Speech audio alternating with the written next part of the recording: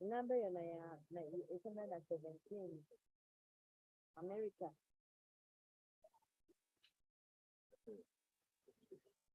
namba banayitebandika nkubidde obukaddaana baali tebakkiriza ate olwedde nga kuli kitundu era nze abantu banaanya namboza jazzi kubanga era ndikinaliko ntinyambozi nze wange nakisaanyaawo nondolaba ekyo kyakulani kijja kundya neneerangira kijjeeyo era nze nayita mitingi y'abakulembeze bonna babuuza mundaba munkugulira bulungi nga bwe mundaba wano esente nazijjayo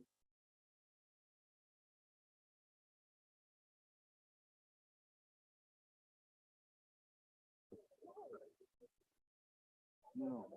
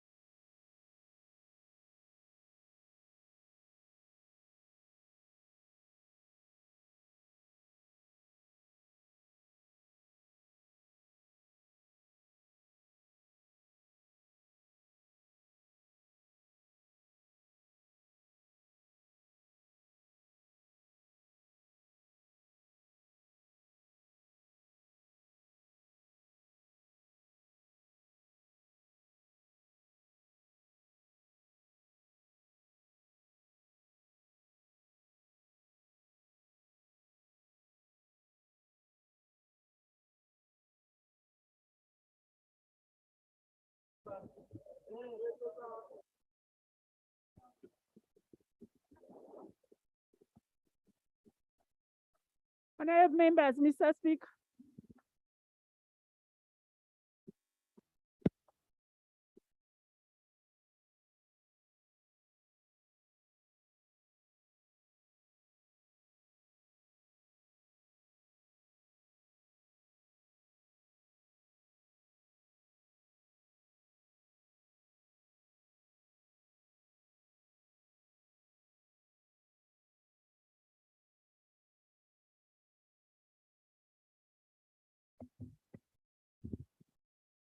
Prayers, Almighty God, who in your infinite wisdom and prudential goodness have appointed office of leaders and parliaments for the welfare of society and the just government of humanity. We beseech you to look upon with abundant favor these your servants, whom you have been pleased to call to the performance of such important trust in this land. Let your blessing descend upon them here assembled, and grant that they may, as in your presence, treat and consider all matters that shall come under their deliberation in so just and faithful a manner as to promote your own glory, and to advance the good of those whose interests you have committed to their charge.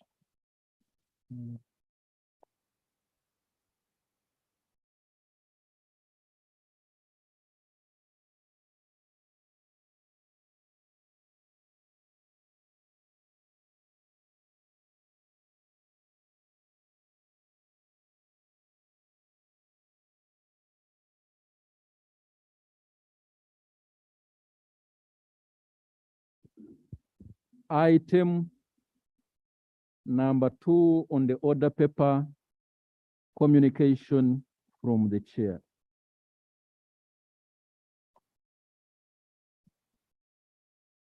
Thank you, colleagues. I welcome you to today's sitting.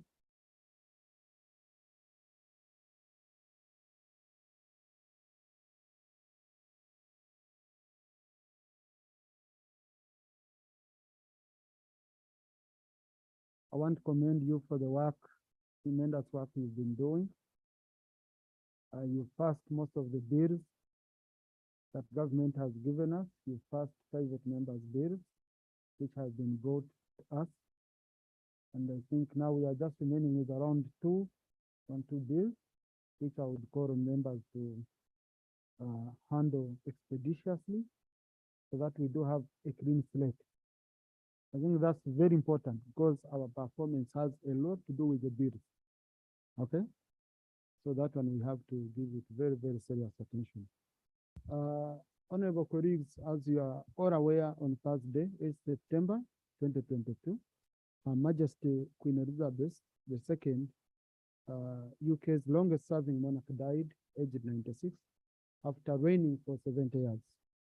Besides being the head of the Commonwealth, Her Majesty the Queen Elizabeth has since 1989 been the patron of the Commonwealth Association, of which Parliament of Uganda is a member.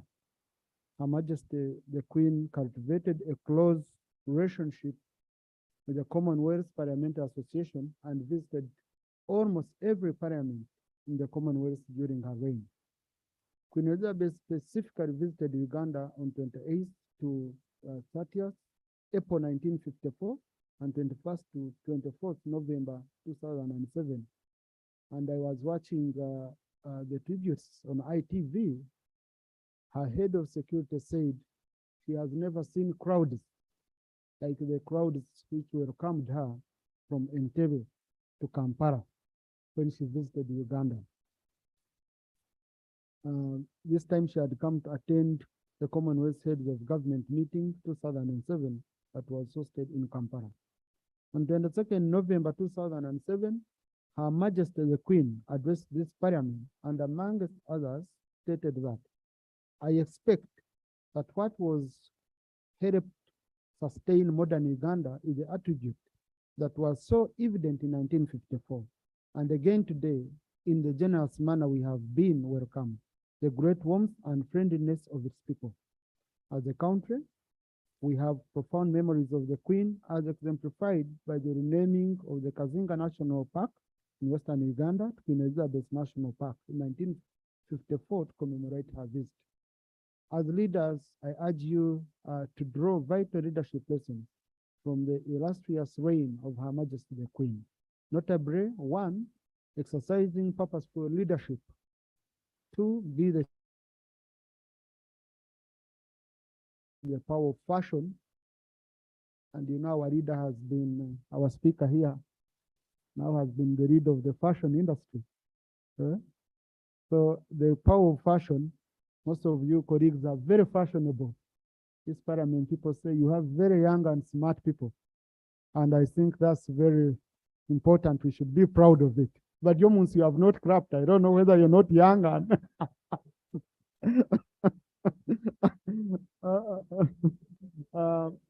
you saw yesterday the British High Commissioner on TV when she was appreciating the style of our speaker. That was very, very commendable. Then give generously and keep calm and always carry on. I hope you've heard that. Keep calm and always carry on. While I expect a tribute motion for which the Chief Whip will be updating us, because as a leadership, we want to have a full session of paying tribute to Her Majesty, so that colleagues, all of you can be given a chance to pay tribute to our patron. I request that we rise for now to observe a minute of silence in her honor.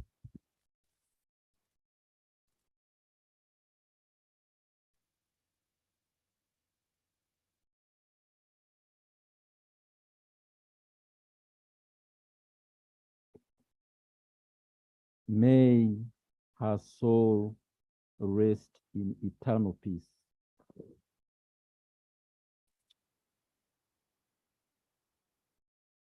Honorable colleagues, today our neighbors to the east, the Republic of Kenya, have sworn in the 5th President, His Excellency Dr. William Samuel Ruto. This follows the confirmation of his victory in the 9th August 2022 general election by the Supreme Court on Monday, 5th September. I want to take this honor and opportunity to congratulate His Excellency William Ruto and the people of Kenya for exercising their democratic right through the ballot, and urge the rest of the East African community to draw lessons for the future of the community that we so cherish.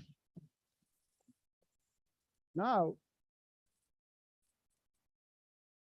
colleagues, there are issues I rarely comment on. I usually leave issues that pass.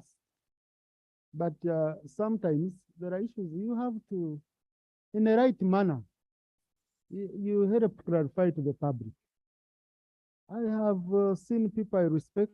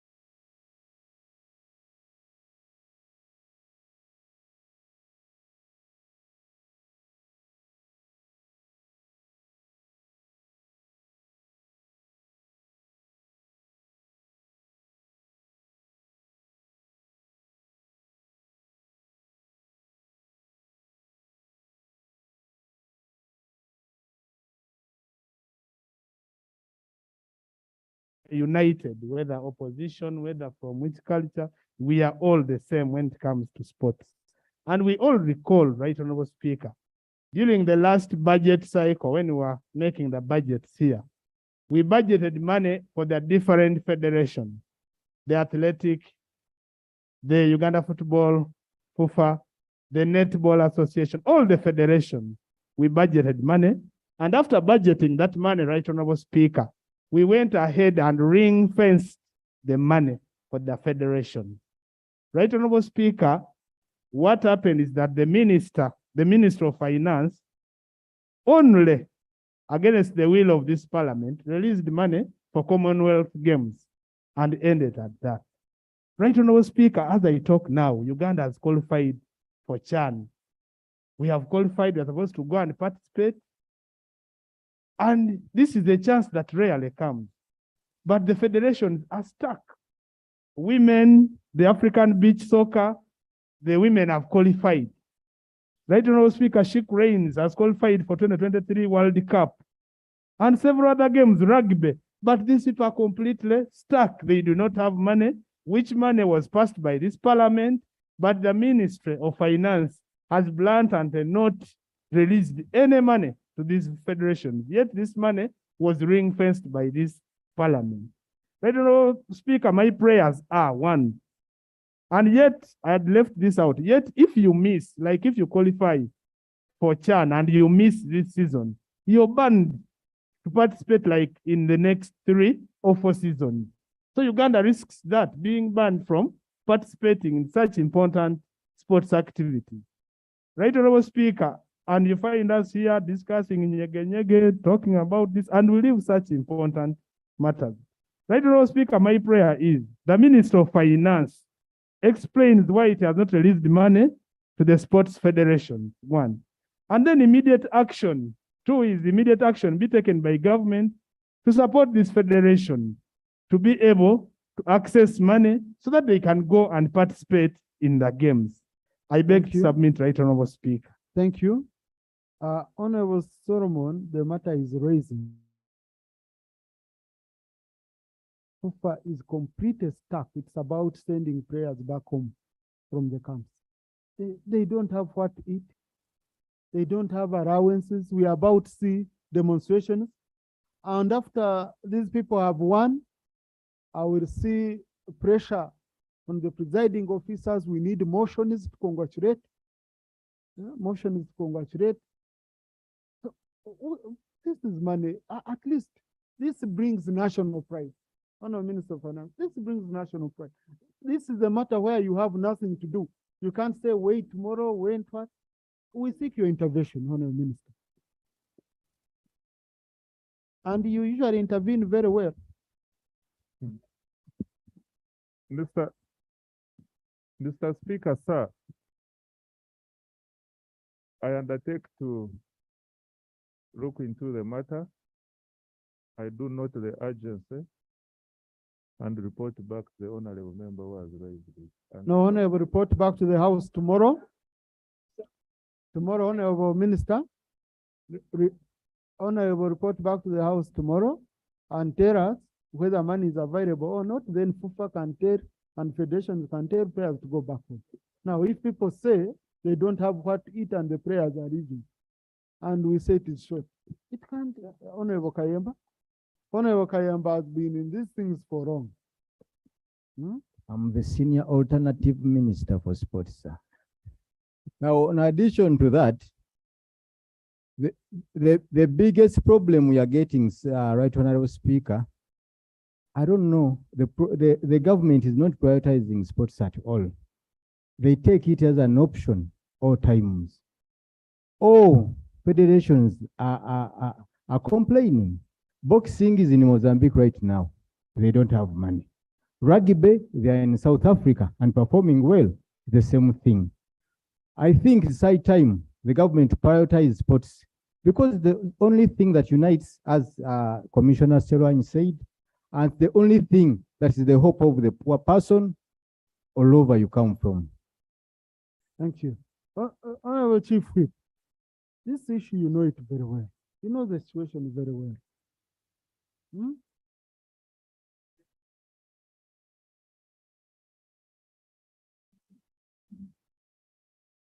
Right Honorable Speaker,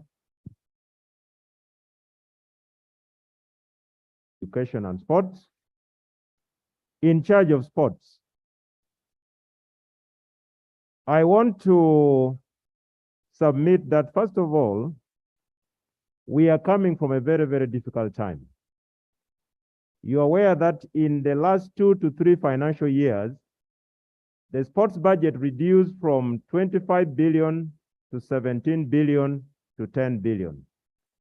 Yes. With the support of Cabinet and this Parliament, the sports budget in this financial year has risen to 47 billion Uganda shillings. This financial year.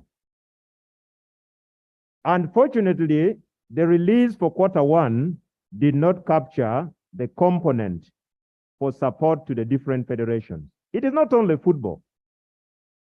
It is not only football. We should say all sporting disciplines, because the call center under the budget for support to federations did not receive any release.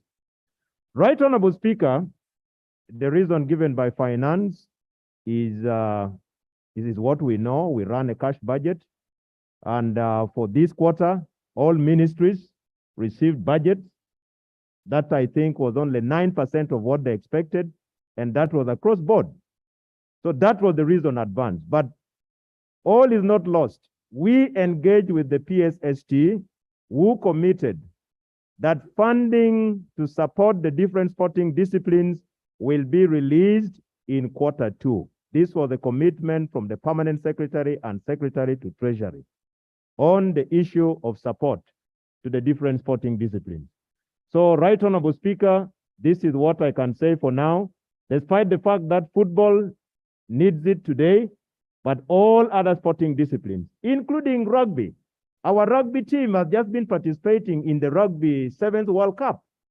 You have seen countries that they have beaten, including Germany, Korea, and the ranking has greatly improved from wherever they are to number 17 in the whole world. In the whole world, in rugby, from wherever they were. Even me, as the former minister, I didn't know where they were. But now they are number 17. So our sportsmen and women are doing all it takes to market our country. We need to support them, better funding, better infrastructure. But on this particular subject matter, this was the commitment from the Permanent Secretary and Secretary to Treasury that come Q2, the releases for the different sporting disciplines would be affected by the Minister of Finance. I beg to submit. Yeah, but Honorable Chief Whip, you see, we are talking about people who are in camp. Okay? So I don't know whether we are going to say you close the camp for now, you come back once the quota is released. That's number one. So that's why I've said between finance and maybe some Minister of Sports and some technical people from National Council for Sports, you meet and you see how urgent, what we can do quickly. That's all we need. We need an urgent relief, which can't wait for 2 weeks. Right Honorable Speaker, I explained the bigger picture, but the Minister of Finance has already made a commitment that is going to consult and see what can be done for the issue at hand. But I wanted to make the broader picture, because we are not only looking at one discipline, we oversee 51 different sporting disciplines in Uganda. Sure. But this person will be able to handle as pledged. Thank you. Thank you. Yes, so yes, Honorable Kawasharia. So tomorrow we shall be expecting the feedback. Thank you, Mr. Speaker. Mr. Speaker, I've been listening right from your communication to the matter of national urgency to what has been discussed. It looks to me like even we are pressing Honorable Musasi hard for him just to give us a political answer of saying we are going to look into it, and yet we know that actually if you go to all the budgets, the other day I was asking the manager of UNRWA, who takes over my constituency, they were given 10 million for working on all the roads of 9 districts, including the one of Kanungu. Those are roads. When you go to sports, you are talking sports.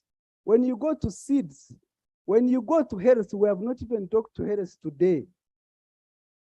It will all go to say there is no money. Much as we press them, we know what we are facing as a country. Are we proceeding rightly, Mr. Speaker, to say that, yes, finance answer us, Ministry of Works, you answer us. Are we proceeding right? Thank you. My suggestion would be that let's Honorable Mr. Minister of Finance come and tell us exactly what they have, rather than for us every day we bring this, yes, Minister answer, we bring this, yes, Minister answer, and we don't get anything anywhere we are going. Let him tell us a conclusion, what you have and what you dreaming. I thank you, Mr. Speaker. Thank you. Honorable colleagues, our submissions are not in vain. That's why you see me saying, go coordinate. Okay? You see, when they go to the kitchen, you never know, even if it's a bone. The other time we were here, it was a tough day, we had a tough time, but we sent them back to go and coordinate. They got for us 60 billion for roads, for Duka roads, and they've released that money. So when we engage in this house, they remember when they had given only 6.5 billion for all roads in the country, and they had it add us over 60 billion. So our role, colleagues, please. Hey, now you people, you're holding your own parliament. Our role is to coordinate. We are not telling Honorable Musasizi to go and sell his goats. No.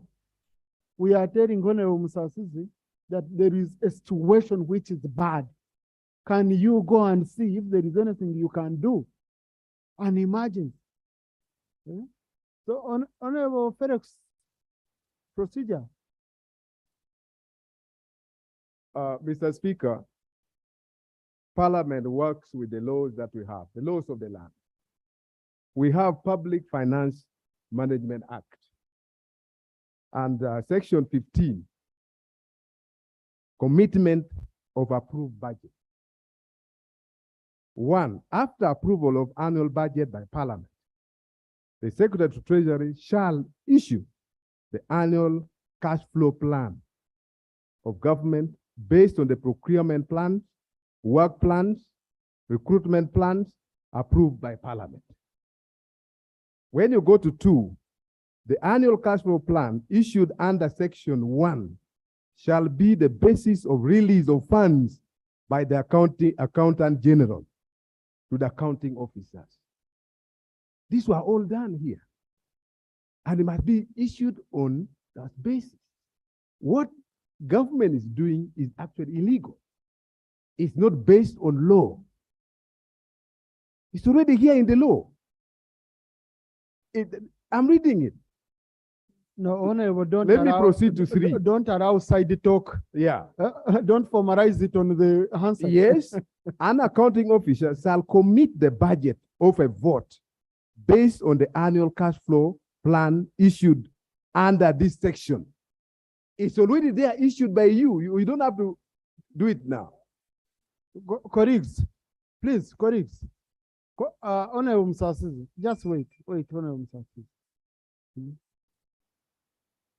Now, what you're going into, we are going to degenerate into a discussion we will not finish here. Government, Honorable Minister of Finance, you always engage well. Yeah, and rarely do we send Musasizi and he doesn't come back with something. Hey, we know him. He knows how to go and move around and So go do something honorable. Eh? We don't want our prayers to get out of the camps. Go do something. I know you usually do it. Go do something. Honorable Santa, okay?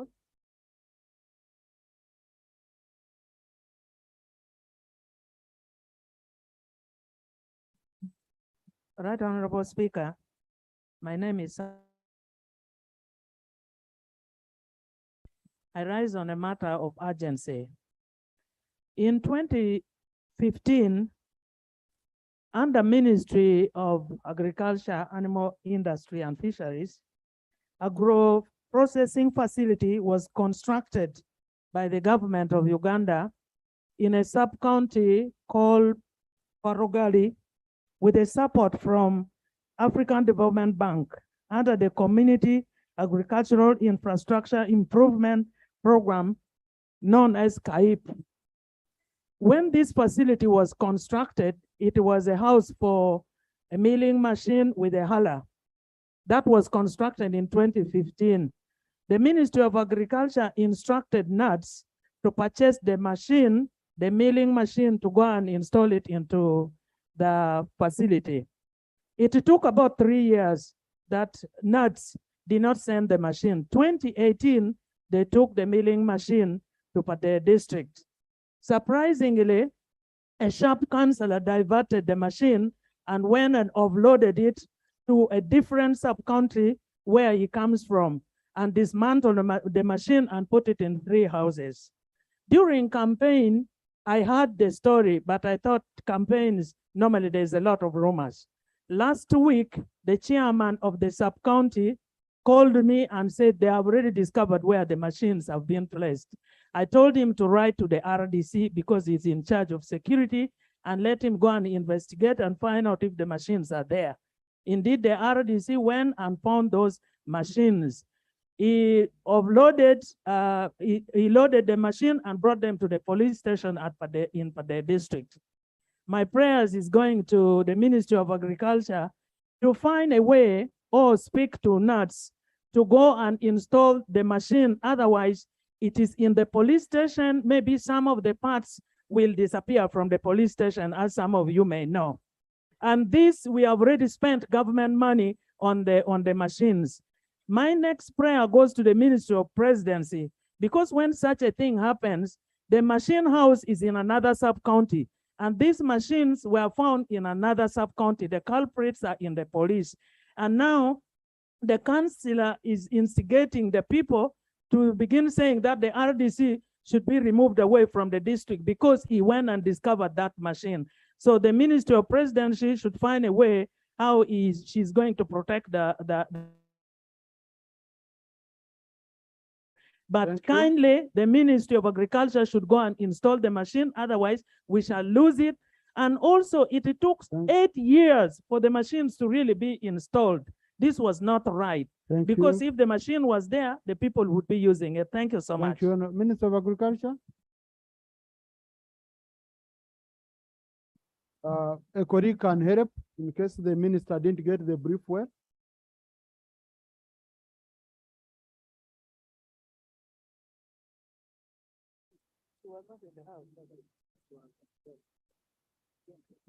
Thank you, Right Honorable Speaker. Honorable Speaker, that is now under trade. I want to ask my colleague to come and give more light. Okay. Thank you. Honorable Minister for Trade. I called the Minister of Agriculture because the prayers were for NAD to act. So, thank you so much, Right Honorable Speaker.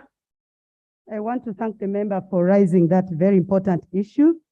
And I want to inform this Parliament, Right Honorable Speaker, that the component of processing, more especially mini processing under CAIP and other simple programs under OWC, has been channeled to Minister of Trade, Industry and Cooperatives because the part of value addition majorly falls under Minister of Industry. So we received last week around 66 machines of different types, maize mills and other machines, rice hullers, And we are planning to go and install those machines that are not installed. There are those ones that they were installed in places where there is no raw material, and we are identifying the areas where viability is so that we put them in the right place to serve Ugandans. We are so humbled, and we are going to partake that. So, Thank you. colleagues, please, colleagues,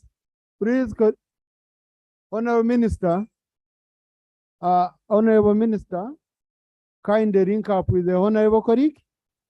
You go, you get the right information. The machine is at the police. You get it, you ensure it is installed, okay?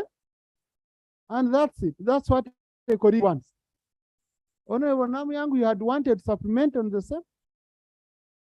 Most obliged, Right Honorable. I'm going to link up with my sister. Your and we colleague do seems something. also wanted to help you, to support you.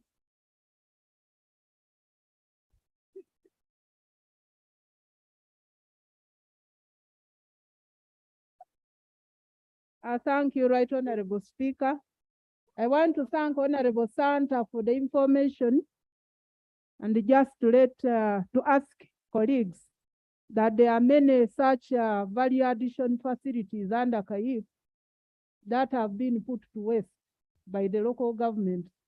So if we can all be proactive and identify these facilities, link up with the Ministry of Trade so that we put them to good use.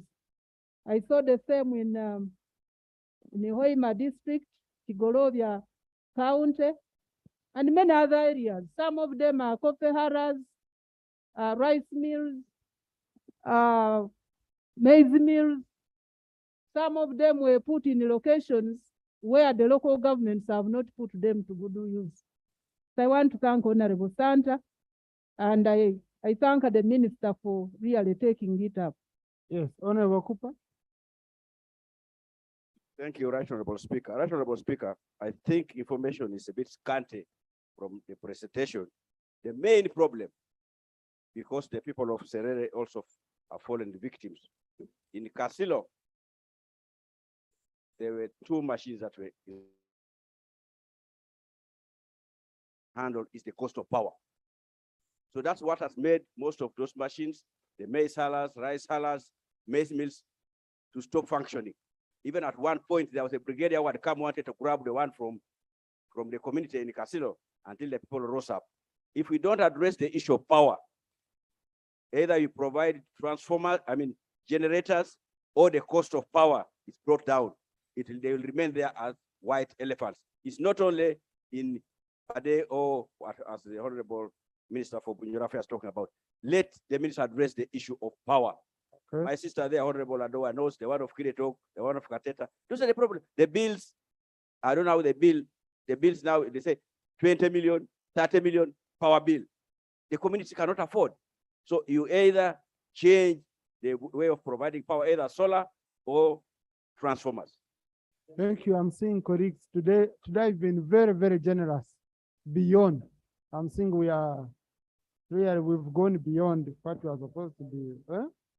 No, so Honorable Minister, please continue and follow up on that issue. Honorable Rojas Mukasa. Colleagues, it should be 2 minutes strictly. Thank you very much, Right Honorable Speaker. I rise on a matter of urgent public call in regard to the devastating floods at Narukorongo, a death trap. Right Honorable Speaker, with the rainy season, so the channel which stretches from Chibiye, Turundeva, Natete, Narukorongo, and Kaboa, and onto Masaka Road has claimed lives of children and women whenever it floods. So far, 25 houses have been destroyed, and the roads will soon be rendered impassable. The major flooding points along this channel are at Wankurukuku Sembule, Narukorongo Road, Ndeva, Samona, Natete, from where the devastation spreads to most of the channel's catchment. Right Honorable Speaker, the channel had been earmarked for construction by Kampala City Authority in 2014. under the Kampala Institutional Infrastructure Development Project, which was funded by the World Bank. However, the project stalled after KCCA indicated that it did not have enough money to compensate about 450 residents who had surrendered their land for the project to start. Right Honorable Speaker, upon the expiry of the above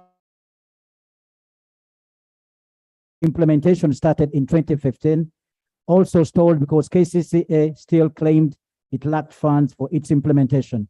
So the state of the channel has so far, the years, of course, gone from back. Yeah, you see, the story became wrong. Prayers conclude. Yeah, Right Honorable Speaker. If our Right Honorable Speaker, efforts to get KCCA and the attendant Ministry of Kampala to act have proved unsuccessful. So if our prayer, Right Honorable Speaker, that government urgently comes to the aid of the affected communities who have been rendered homeless. So we also pray that the Minister for KCCA explains to Parliament the status of the project. Thank you very much, Right Honorable Speaker. Thank you. Minister for KCCA.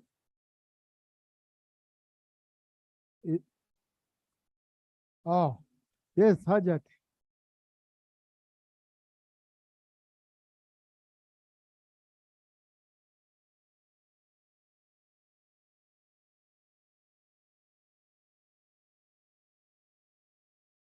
Thank you, Right Honorable Speaker.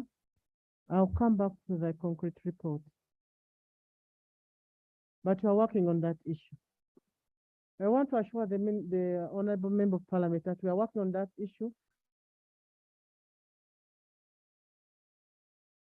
So, on Thursday.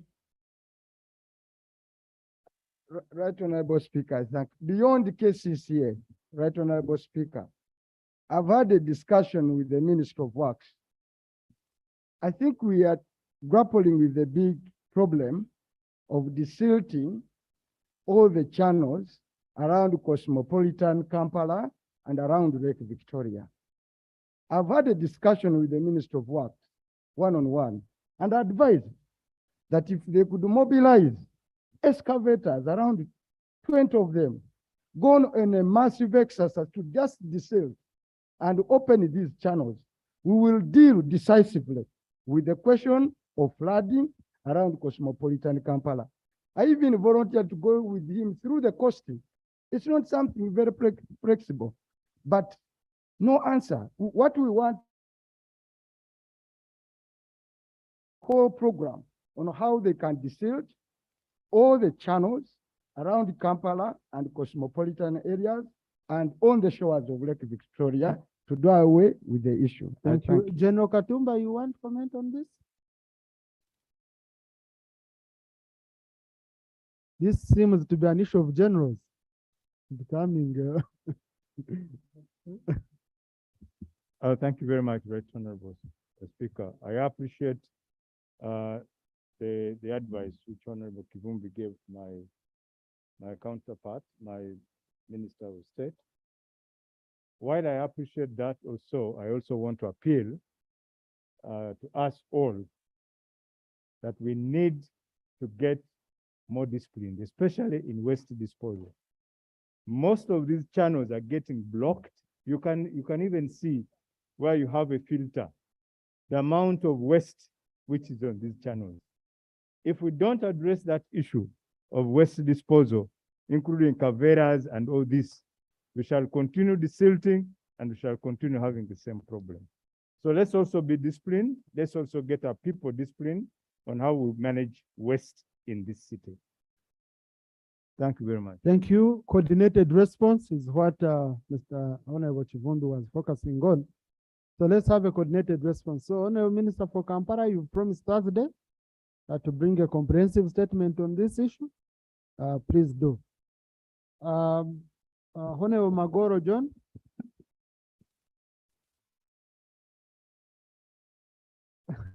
Because you see, you clarify to the person on the floor, there's no, you want from Honorable Magoro John?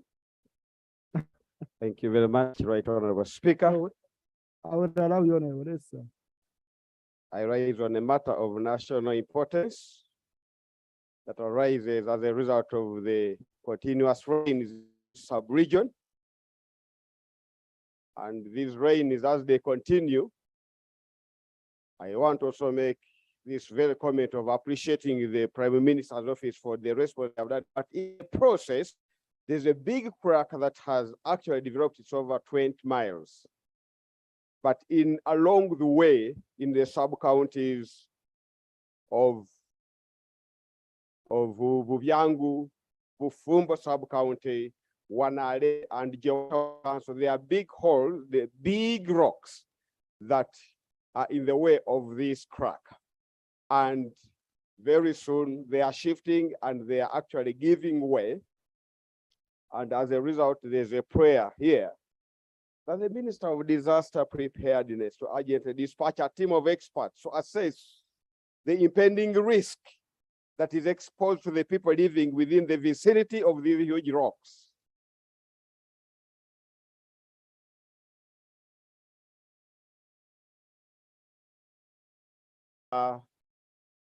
Disaster or the damage will be enormous. Thank you. I beg to submit right on. Thank you, colleagues. Honorable John Faith.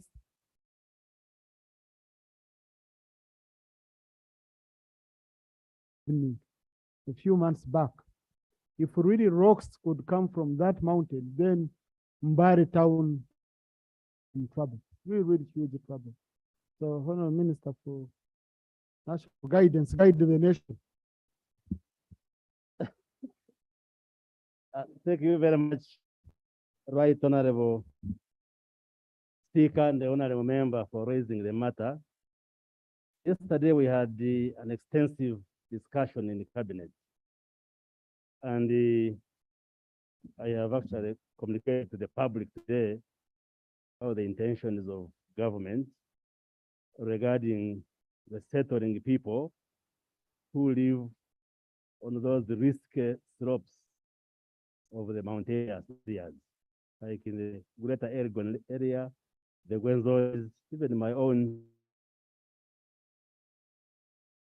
the honorable members, that we all want to shift from those risky slopes. I was over the weekend in Kasese, and it was very traumatizing to see how people were buried underground because of the huge mudslide. And we did agree also in the Cabinet, like he has prayed, technical team will be going down to the areas to assess these communities and guide the people, particularly those slopes which are above 30 degrees gradient. They should relocate to lower areas which are risky. And maybe the minister responsible for disaster preparedness may be coming to Parliament to give us the comprehensive plan of shifting and relocating people who live in areas which are at great risk, because we wouldn't want losing people because of landslides and this kind of preventable death. Thank you very much. So dispatch a team of experts, go around, assess, and guide the people of Bungoko, so that if they are shift, they shift. If they are, any intervention to be done. Colleagues, I received today, you had 27 issues of national importance. I made an assessment, including Honorable Viraros. Most of the issues were issues for Prime Minister's time. Issues where answers are not issues where you would just call the minister to come on the floor and give an answer right away. Because Honorable Viraro, the mining using mercury is a technical issue where a minister would need to go back and consult. So I have informed my office to link with so that these issues are passed over to the Prime Minister. The Prime Minister consults with the relevant ministries and technical people so that you get satisfying answers. Otherwise, answers half-baked on the floor are not good. Yeah. So that's why I wanted to inform you. If I don't pick you and yet you registered an issue, that will be the reason. I had allowed the Honorable Doctor. Thank you very much. Who needed a clarification. Thank you very much, Right Honorable Speaker. Right, Honorable Speaker, And I'm ending with Honorable. just made an observation of the 27 issues which have been raised. We were on the demand side, and government, through the ministers, have committed themselves to provide answers. And I think that is very sensible. The question that I want to put across, right, Honorable Speaker, through you, is that these commitments given verbally are also accompanied with the commitment of the finances available to undertake them. Yeah, about 4 weeks ago, the Honorable Member of Parliament, District Woman Member of Parliament from Mukono, raised an issue of cage fishing and the issues therefrom in the Kome Islands. And the minister in charge of fisheries undertook to visit the area the next day. Conversation, she was committed to visit even Cheyindi in Buikwe South, also to involve, and she's held back to undertake only that by finances to do her docket. She cannot move to Mukono or Buikwe because she's not facilitated financially to undertake that visit. I had a telephone conversation with her. That's why I speak with confidence about this. So, right, the ministers are in affirmative about the demand side, answering the demand side.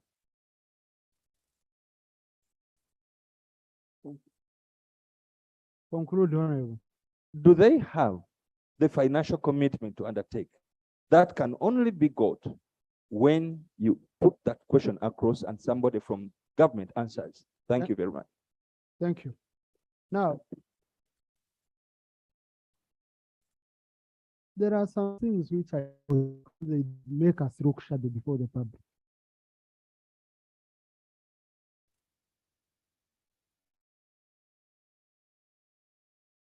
For upon that. Okay? Honorable Rule, may please. I've passed. Yeah. Honorable Repe. Thank you very much, Right Honorable Speaker. I rise on a matter of national urgent importance concerning the Muyembe Nakapriprit Road, which is due for tarmacking. This is the road which serves the regions of Karamoja, Sebei, and parts of Bugishu to take them to the rest of Uganda. Of the country. And along that road, the road has been ravaged to the extent that the traffic along the road is completely cut off. That's the only connection to the southern part of Karamoja. And even if you pass through Moroto to come to the southern part, you would still encounter such a difficulty. Now, this particular road has been contracted to be tarmacked. Around last year, this time, it was 2 years behind schedule. And as we speak now, it is 3 years behind schedule and a 5-year contract. Now, what is happening is the people moving along the road nights. Since the 22nd of August, the road has been cut off. I attempted to go to my constituency over the weekend. I spent there one night on the road, and I just had to come back. Prayer, Honorable. My prayer is, let the agency, through the Ministry of Works, that is, carry out a quick site visit so that the contractor is actually advised to fix that part of the road so that the road is motorable. Thank you. Otherwise, we are really cut off from the rest of Uganda. Thank you. Honorable Minister of Works.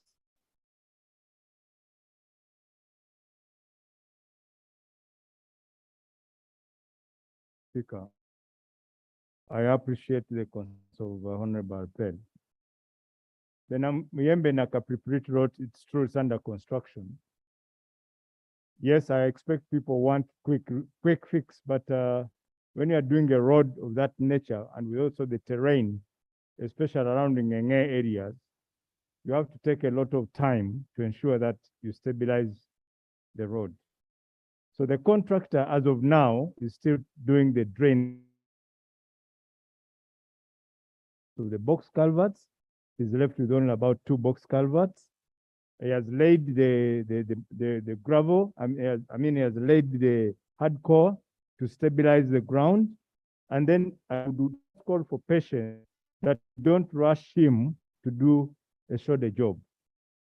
But we want him to do a job which will last for years, because that road, apart from even just the mere human traffic, is the road which brings marble and raw materials for the industries in Tororo and in Bali.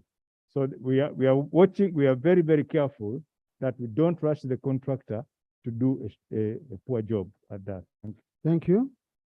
So now, Honorable Minister, I'm really pleased to find that you have issues at hand in regard to that road. This is very, knowing even how many culverts are left to be fixed. That's very, very impressive. You can see this is an issue of stakeholder engagement. This is an issue of stakeholder engagement. Kindly keep updating the colleagues from that area.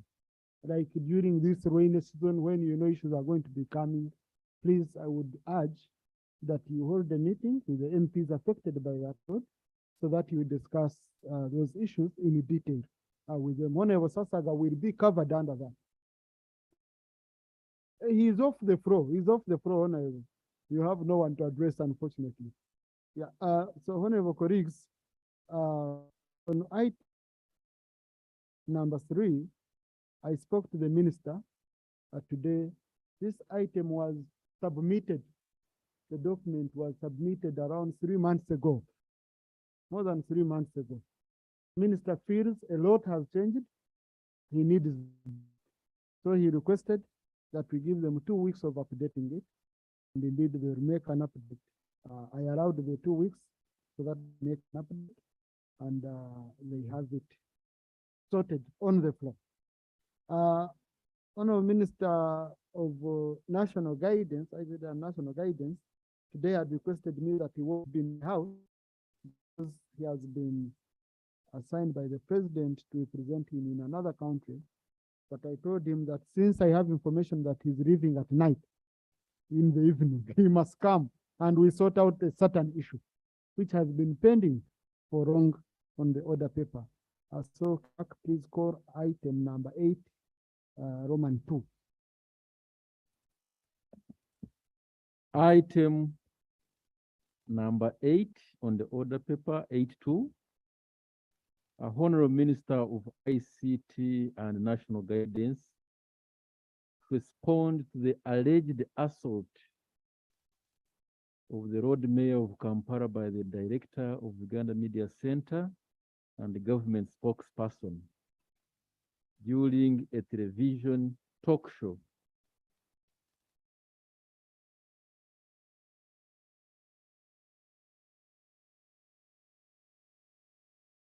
Honorable Minister for National Guidance. Thank you very much, Right Honorable Speaker and the honorable members. I am making a response to a matter of national importance which was raised by the Honorable Joyce Bagara Patwa, the Member of Parliament for Chana District and the Shadow Minister for Information. But the matter has since gone to court, and I am constrained to give information which might be interpreted as sub judice, but with the leave of the Speaker, maybe respond, but cautiously without injuring the court process.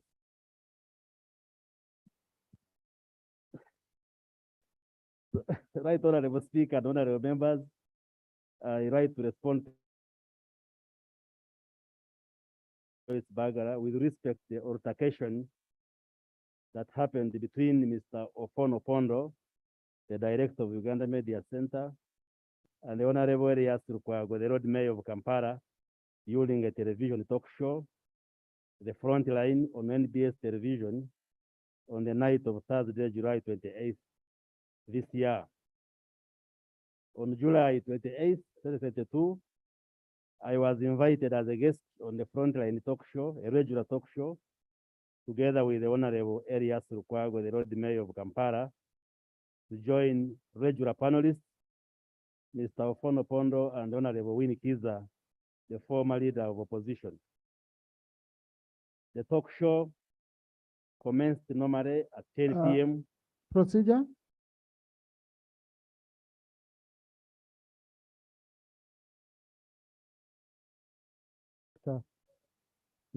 Thank you very much, Right Honorable Speaker, and thank you very much, Honorable Doctor, for giving way. Thank you, and you have proceeded quite well by recognizing that this matter is sub judice. You and I, sub judice, we are learning from the parlance of Parliament. But the way the honorable member is proceeding is like he's reading his own affidavit, which would be called in court since this matter has crossed over to court. Right, Honorable Speaker. Is he one of the witnesses in court? Then Honorable, if you're one of the witnesses, I would, yes. If you're one of the witnesses, it is safer for you. It's safer for you.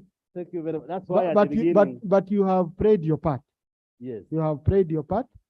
So clerk, remove this item from the order paper. Okay. Thank you very much. I hereby. In fact, you've saved him. I think it was a trick of a doctor saving a doctor. Yes. Next item.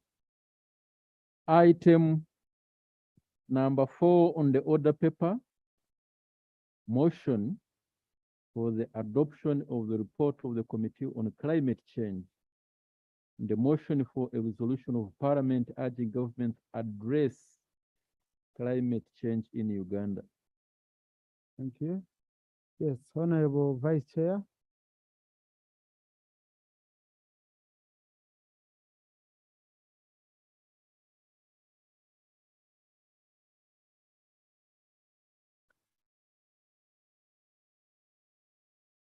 Let's welcome her. Honorable Jacinta Atuto, Vice Chairperson, Climate Change. So I want her to be heard in total silence. No procedure, no order. The maiden report. No moving around.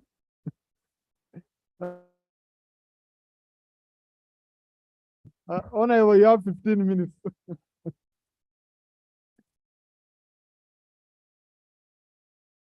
Now you see you're already interrupting.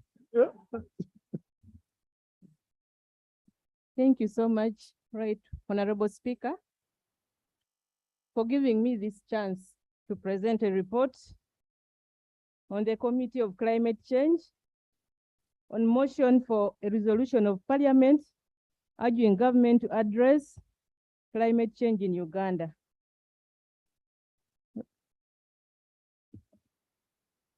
Right Honorable Speaker, before I present this report, allow me lay the minutes of the meeting held with various stakeholders, then the report of climate change on motion for a resolution of Parliament urging government to address climate change in Uganda, and written submissions from stakeholders reviewed by the Committee on Climate Change. I beg to lay. Thank you. Right, Honorable Speaker and hon colleagues, this is my maiden report of the committee. And the same report has been uploaded on the members' iPads.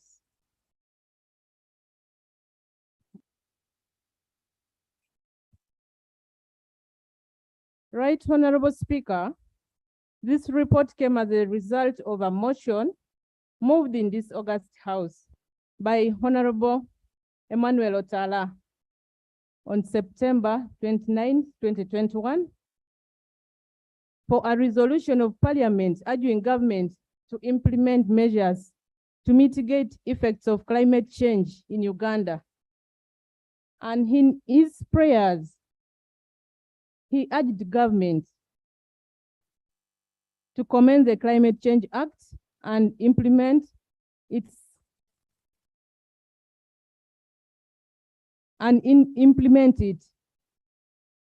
He also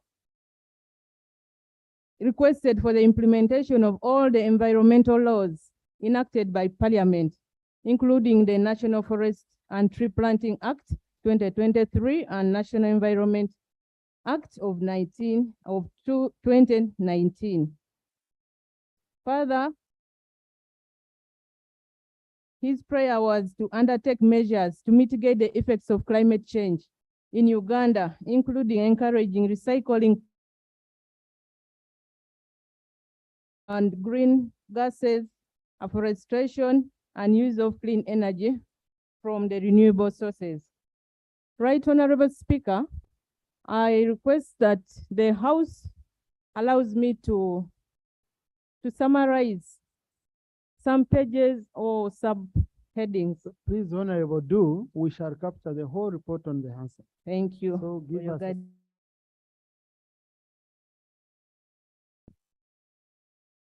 On page 3, while undertaking our assignment, we met the following stakeholders as enlisted below in our report. When you go to page 4, overview of the environmental change trends in the country. As you're already aware, natural resources including the fertile soils, the vegetation, the waters, the climate itself, we are blessed with fertile soils, greener vegetation. This is page 4. That we all embrace as a country, that we should be proud of. But as a country, we have misused our natural resources by degrading our land, by cutting down our forests, by building in the wetlands.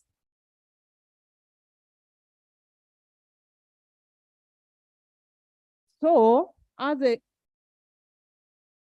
a committee, there were interventions that were requested by the government to address the climate change in Uganda.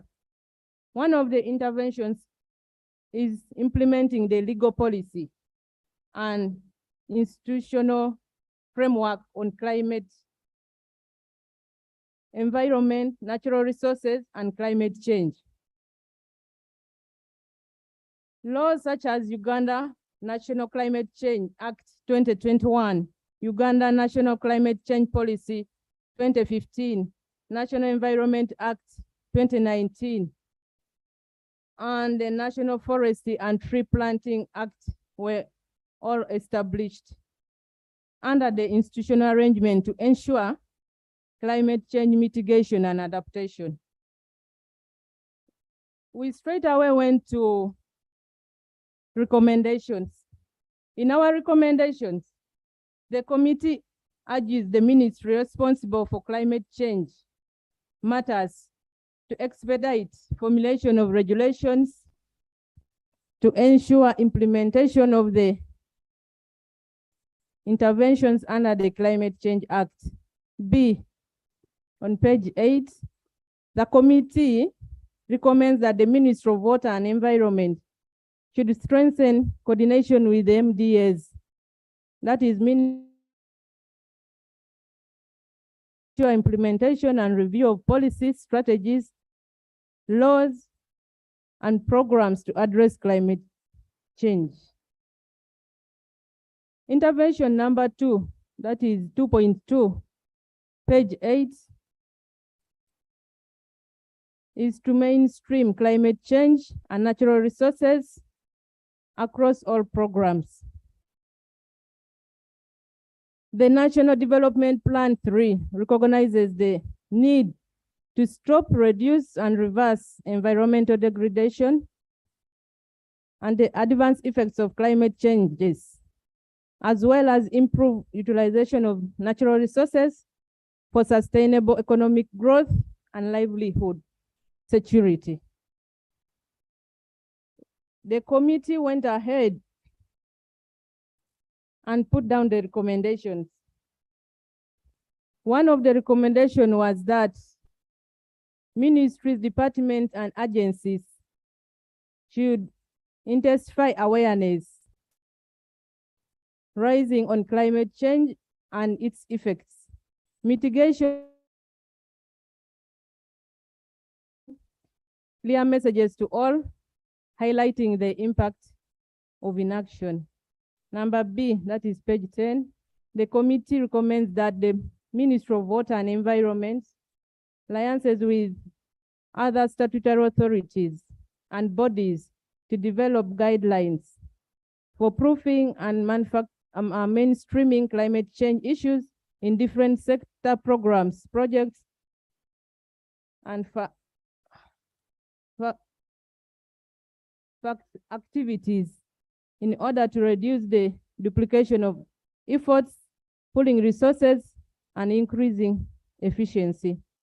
C, the committee recommends the government should encourage the participation of civil society groups, academia, local community, indigenous people, youth, women, private sectors, and other cultural institutions in addressing the effects of climate change. In our intervention 6.3, protecting and enhancing the resilience of ecosystems and encouraging the use of nature-based solutions. The committee recognizes the importance of ecosystems such as the wetlands, forests, and water bodies in addressing climate change, thus mitigating against floods, landslides. There is need for proper use of wetlands to reduce the increase of methane. The committee, in its recommendation, page 11, recommends that the Ministry of Water and Environment and other stakeholders should intensify public awareness about the negative implications of climate-related disasters arising from poor management and use of wetlands. Page 12B, coordination between ministries, agencies, and departments should be enhanced to curb the vice of wetland encroachment as a way of averting its effects on climate change.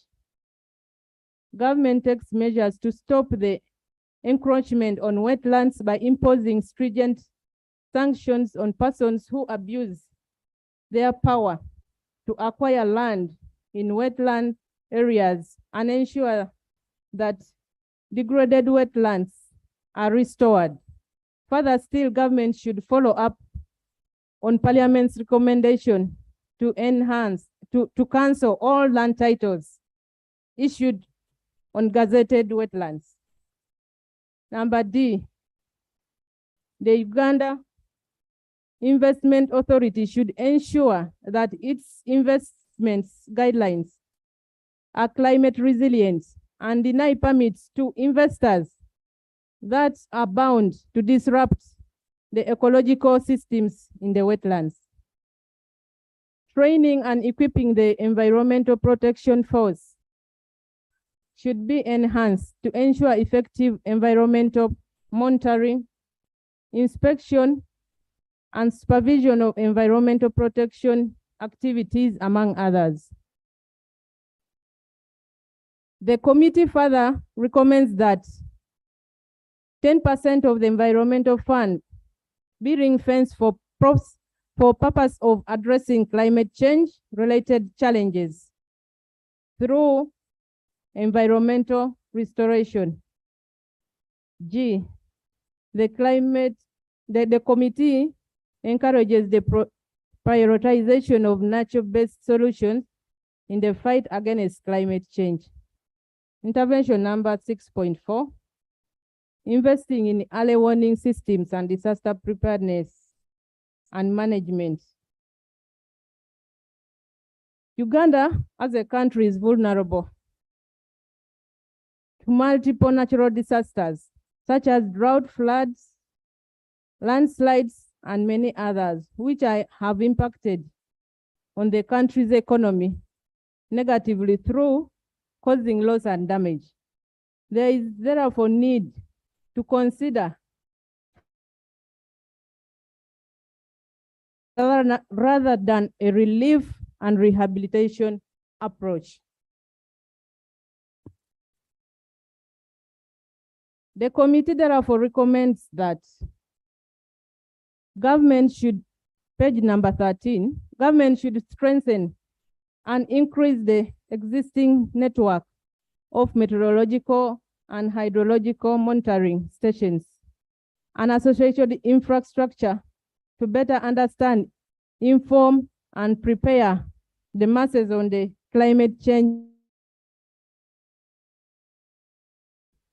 That the committee further urges the Uganda Meteorological Authority to disseminate weather and climate information to decision makers in government and other stakeholders. Number 14D.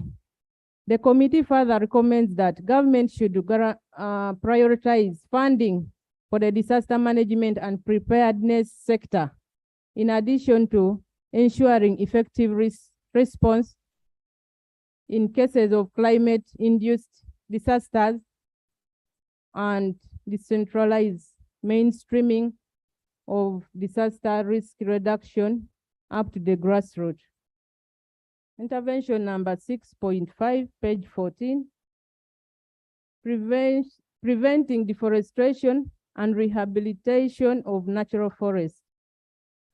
There is high rate of deforestation and the rate of rehabilitation is very low due to limited unclear boundaries. The committee therefore recommends that is page 15, government should ensure deliberate efforts to reforest areas that have been depleted due to human activity and natural causes, as this will come a long way in reducing the country's carbon footprints. In this regard, the committee calls upon governments to allocate funds for tree planting campaigns from the environmental levy and the tree fund as stipulated under National Environment Act 2019. B, government should promote tree planting outside forests and reserves and encourage agroforestry practices within homesteads. Further still, the National Forestry Authority should support and promote the development of prioritizing tree species such as bamboo and other fruit trees, which are quick in maturing and friendly to the environment. This would in turn reduce pressure on the existing forests while allowing for the regeneration of natural forests. C, government should initiate activities that reduce demand for forest products such as biomass for cooking, fuel efficiency approaches such as the use of fuel efficiency, cooking stoves, and clean cooking mechanisms should be emphasized in communities. D, government should come up with initiatives to enhance or to encourage public to plant trees. E, Government should encourage carbon trade with better negotiation prices. The Ministry of Water and Environment should fast track development of regulations governing, measuring, verification, and reporting sources of greenhouse gas emissions from the different sectors of the economy, as well as those that reduce, remove, or avoid them. F, government should improve forest management by encouraging collaborative forest management, which will give the masses a sense of ownership of these forests and enhance their protection. G, forest boundaries should be reopened and marks and titles issued in gazetted forests and land titles issued in gazetted forests land titles issued in gazetted forests should be cancelled. 6.6, transitioning to clean, reliable, affordable, sustainable, and efficient energy.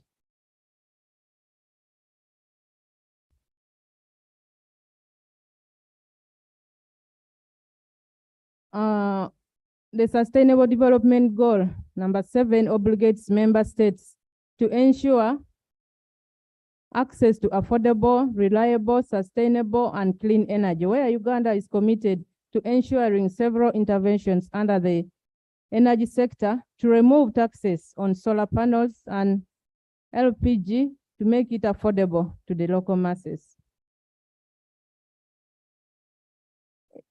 The committee therefore recommended that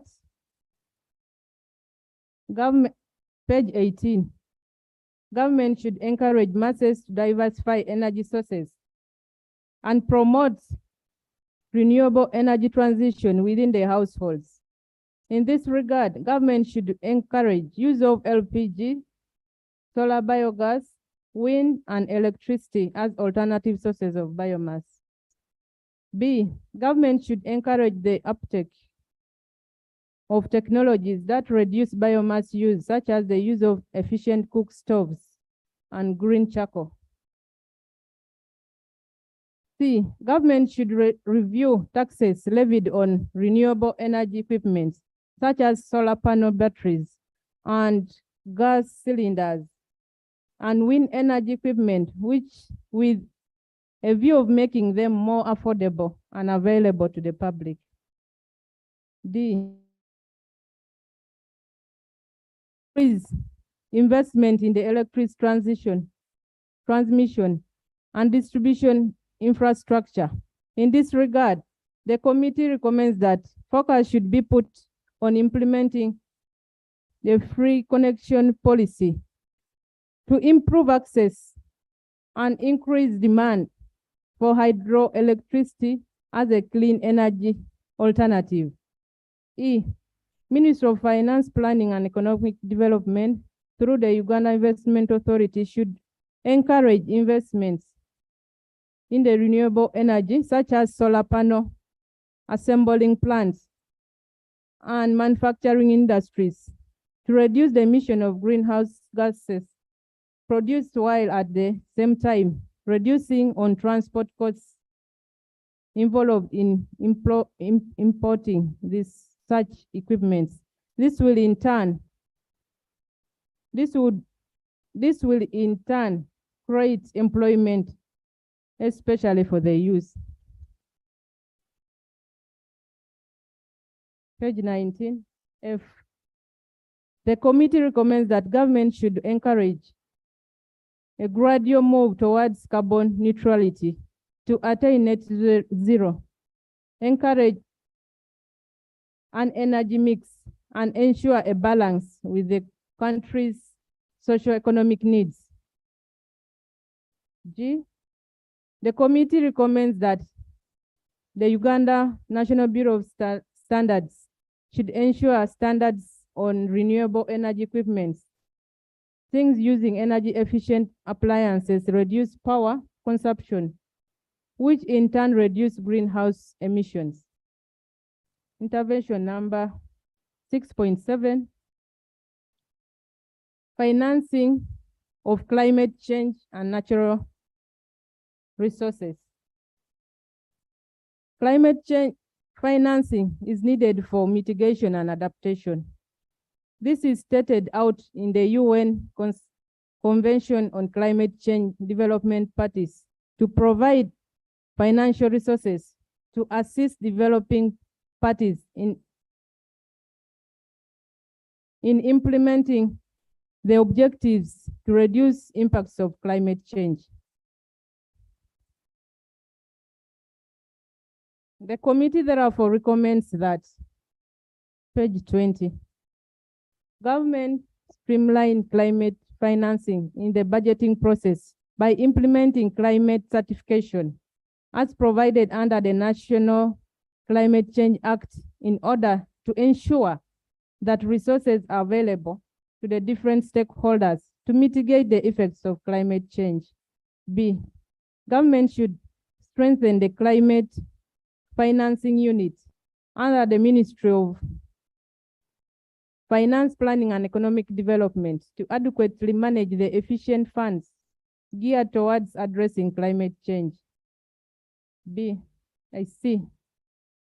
Government utilizes the funding options available under financing for climate change, such as the Green Climate Fund and the Global Environmental Facility, as well as other bilateral funds to fill the existing funding gap. D, the committee recommends that the National Environment Fund and the Tree Fund should be reinstated with a sufficient amount of at least 10% tagged to addressing climate change and environmental conservation. Intervention number 8, rapid population growth and high rate of urbanization. As you may already be aware, there is growing rapid population in Uganda as a country, which has so far affected the climate in a way that the growing population has forced so many young people to acquire land, causing climate change.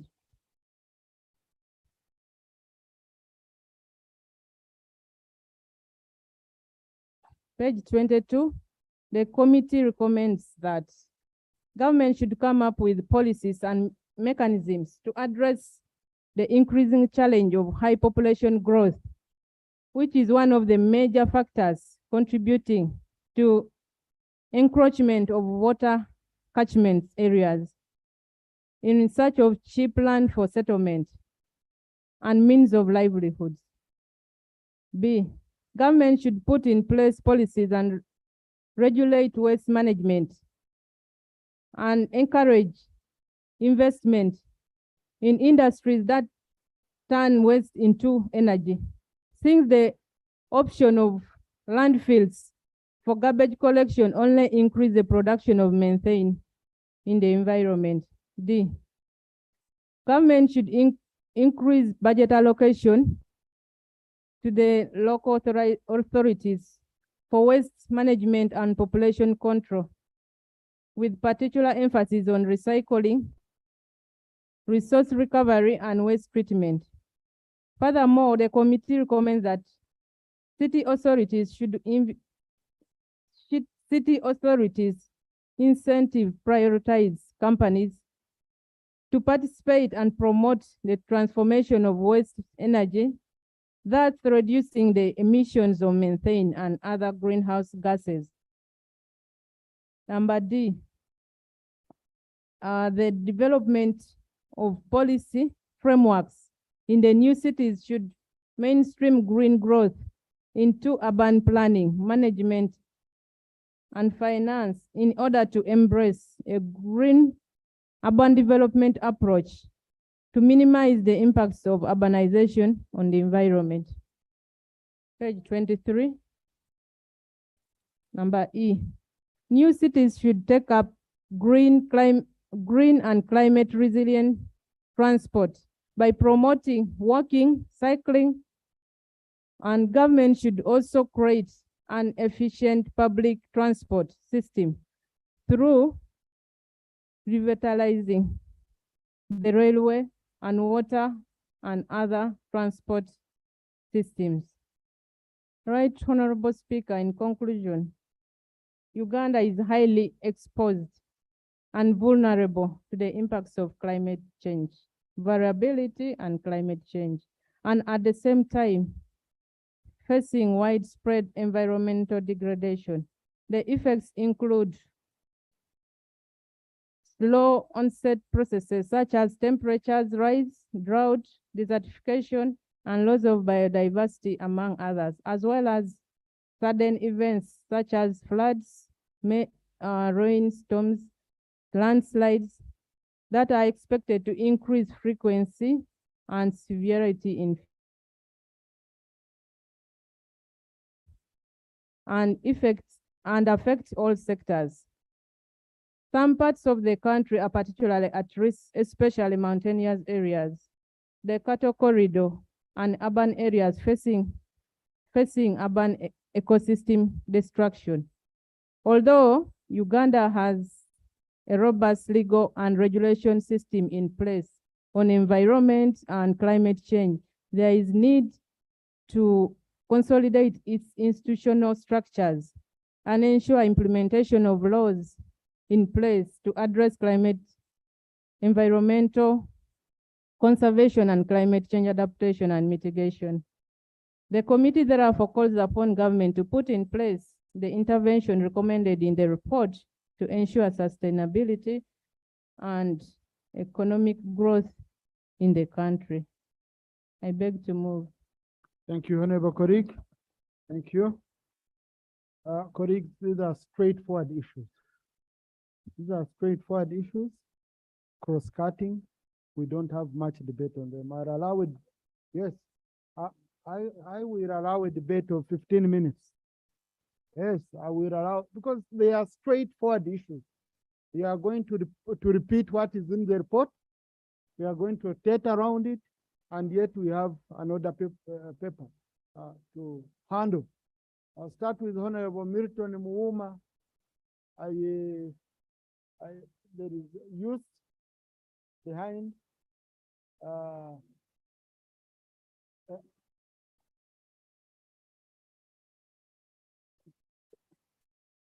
Please, colleagues,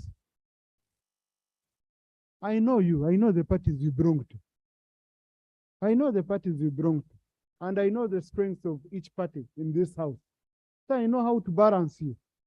I know where I pick 5 or 6 here, where I pick 2 here. So please take your time. I will ensure it's there. And whenever I don't get it right, Rope is always nearby to, to make a sign to me that you're not getting Thank it you very much. Yes, Right, Honorable Speaker.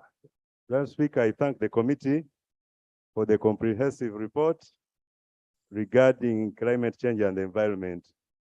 Right, Honorable Speaker. 2 minutes each, clerk, please set. Thank you very much. Right, Honorable Speaker, the committee is recommending that the meteorological department regularly disseminates weather and climate information to decision makers. I want to say they are right, but right, Honorable Speaker, the credibility of the information they release is wanting, because they normally tell us we'll be expecting rains in this season. People rush to gardens. In the end, a lot of drought hits us. So I don't know whether it is the machines or it is the staff manning that department that has something to say. So we are saying, whereas the recommendation is good, the implementers of this need to do some more work. Right, Mr. Speaker, there's an issue to do with the coordination, the Ministry of Water and Environment coordinating with the MDAs. I want to say, right, Mr. Speaker, last week, officials from NFA survived being lynched from Iganga last week because of miscoordination. They came and began demarcating people's land, that this is a gazetted forest reserve. As we talk, right now, I'm 47 years. I've grown up not seeing any forest in that place called Walugogo. But as of now, NFA is claiming it to be a forest reserve, minus informing leaders. They are encroaching on people's land. If the chairman of C5 hadn't intervened, people are becoming chaotic and rowdy, ready to sort these people naturally. And it's not the right way to go.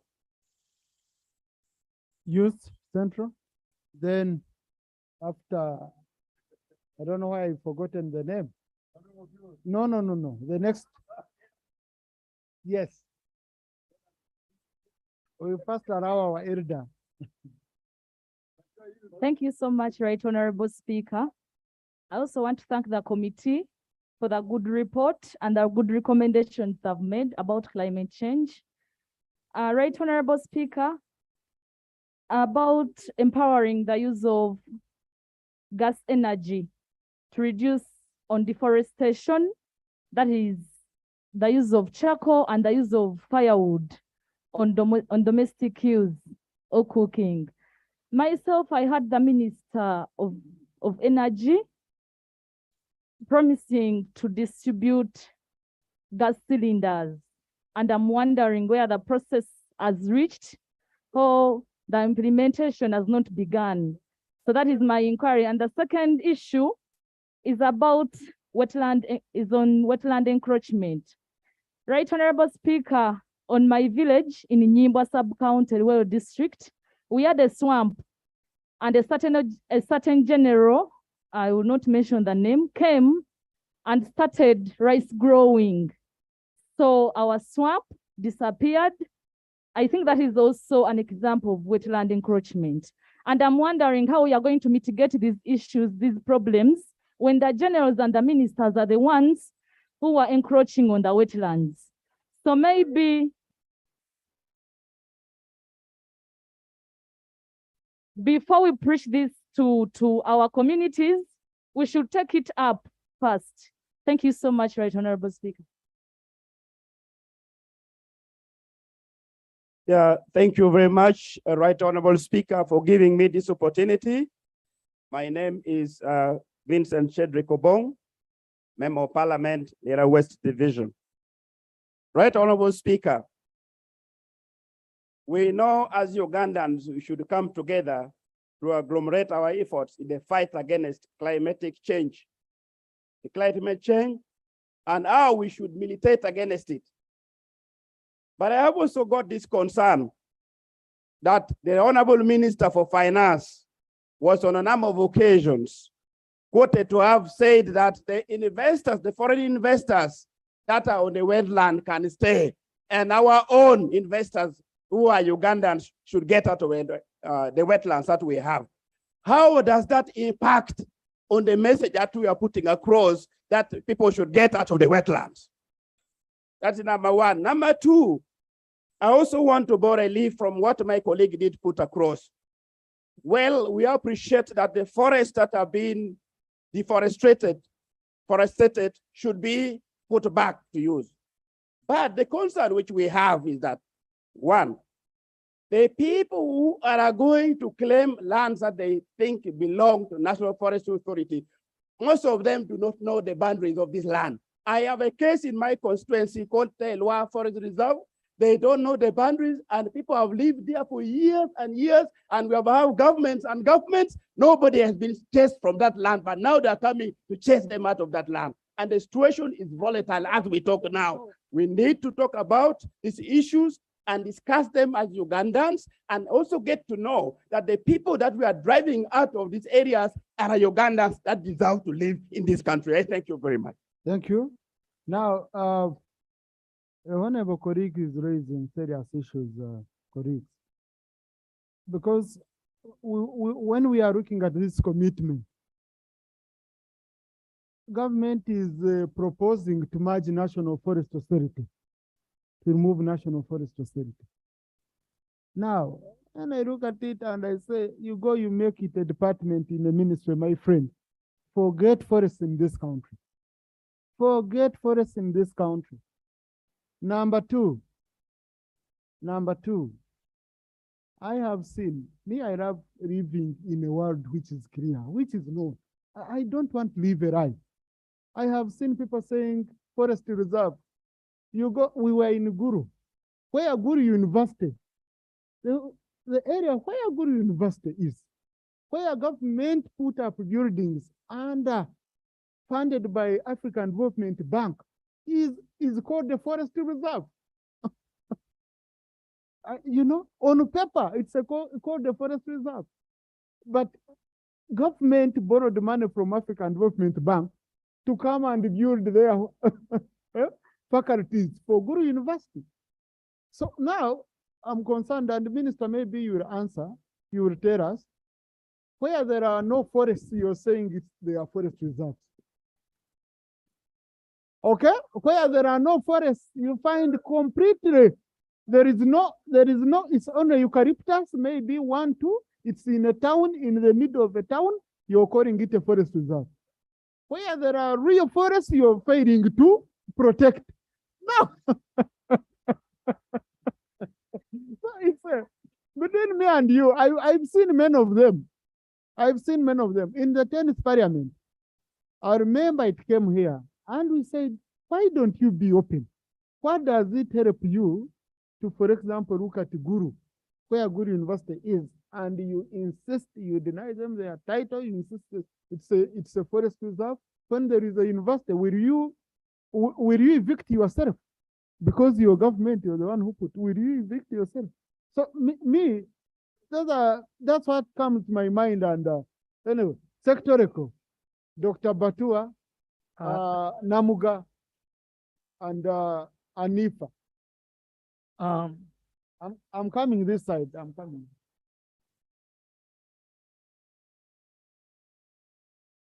Protection, Honorable Speaker. I said sectorial. Thank you, Right Honorable Speaker. As Please, colleagues. thank you, Right Honorable Speaker. Thank you, Right Honorable Speaker. I thank you for the opportunity and the committee.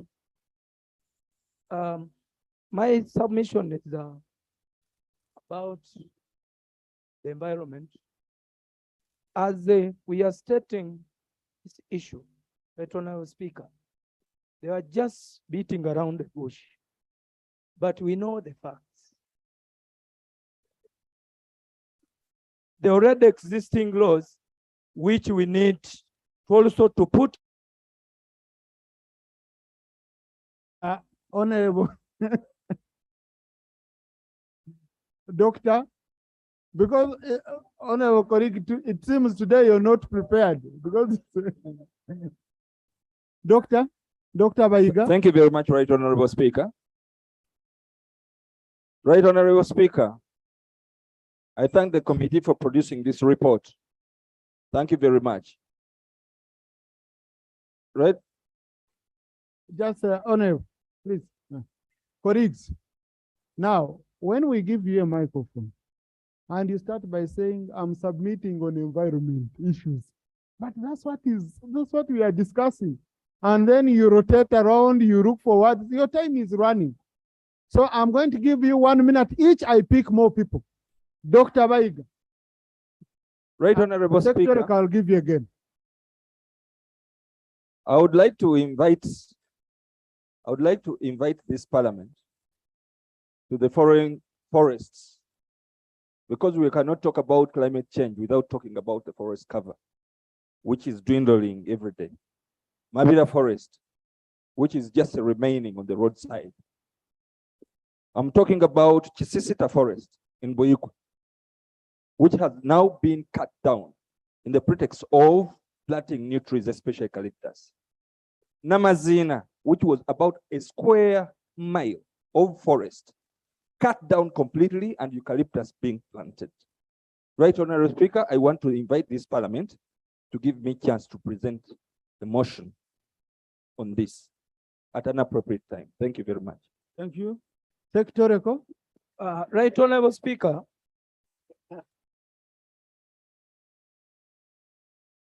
there is an initiative of private individuals like church, which has come up with a campaign of planting trees. For example, Kasana Luero has come up with an institute, which is BLI. We need to highlight and concentrate on such, so you give them funds, and it's good. Two, there is an issue of Buvera here in Uganda. We need to just embark on how we can just concentrate the banning of Buvera within, because that is the source of the problem. I know there is already an existing law, but it's not implemented. Let's implement the existing laws as regards to that, and we move instead of just pushing around the bush. I thank you. Thank you. Namuga? Thank you, Right Honorable Speaker, and I also thank the chair for the good presentation. Right Honorable Speaker, the wish list has been too long, and you may assume that government is starting business today. Right Honorable Speaker, we need a genuine conversation on issues of the environment. We all observe that we have sufficient laws, but we have challenges of enforcement. Right Honorable Speaker, we need to enhance enforcement. Before you think about any other laws, are we sure that we don't have sufficient laws in this country? When Mama Mabida was still with us this side, she used to fight so hard for the environment. But when she joined the colleagues in the other team, she relaxed. So, Madam, we call upon you to ensure that that ministry is put to good use, because that is the reason as to why she went to the other side. So please ensure that something is done. Right Honorable Speaker, we need to ensure that we enforce the rule of law in this country, not only on environment, but also on other issues of governance. So, Right Honorable Speaker, I submit that government should come up strongly to ensure that everything. Thank you.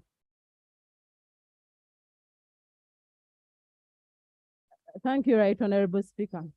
Mine is about the swampy area in Namanzi. As much as the committee talked about returning back the land titles, but also the local authorities that give permits should also be cautioned to give permits to areas that, not to give permits to areas that are swampy, because I don't know what we are going to do. In Naman, the industrial park, there are hotels, and these hotels are owned by some of us, like Honorable Migereko of Ginger. He has a hotel in the swamp. Then Sudil also has a hotel in swamps. So I don't know the mechanism we are going to use. Are we going to compensate them, or we are going to break down those structures? So I want the laws to be stringent for the municipalities and the local authorities also. Thank you. Okay, Lord. Right, Honorable Speaker, thank you for the opportunity. I want to sincerely thank the committee for very good work. Recommendations, fantastic. But what we lack is the willingness to implement the laws that we have. The climate change issue, if we do not deal with it during our generation, it will be some of the things which will destroy the country, Uganda. I want to appeal to all of us. As we deliberate on this issue, let's see the will from government. I come from Musuk County, and we have a barracks called Olilim. But I want to tell you that when these people come to do training, they cut down the trees that are around there to build their small houses during training. There is no replacement of this, and the effects are adverse. If government stands up and says, all members of parliament, like last week,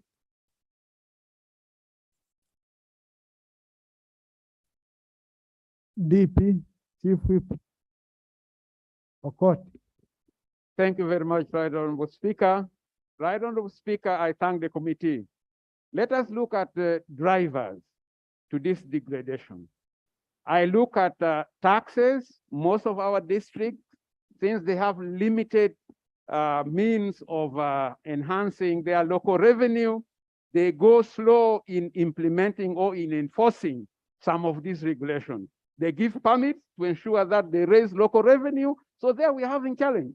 For as long as we still don't enhance also budget to the local government, we are going to have a raw deal in implementing some of these policies. So I urge this parliament and also government generally to enhance the sources of revenue to the local government. Thank you. Haji.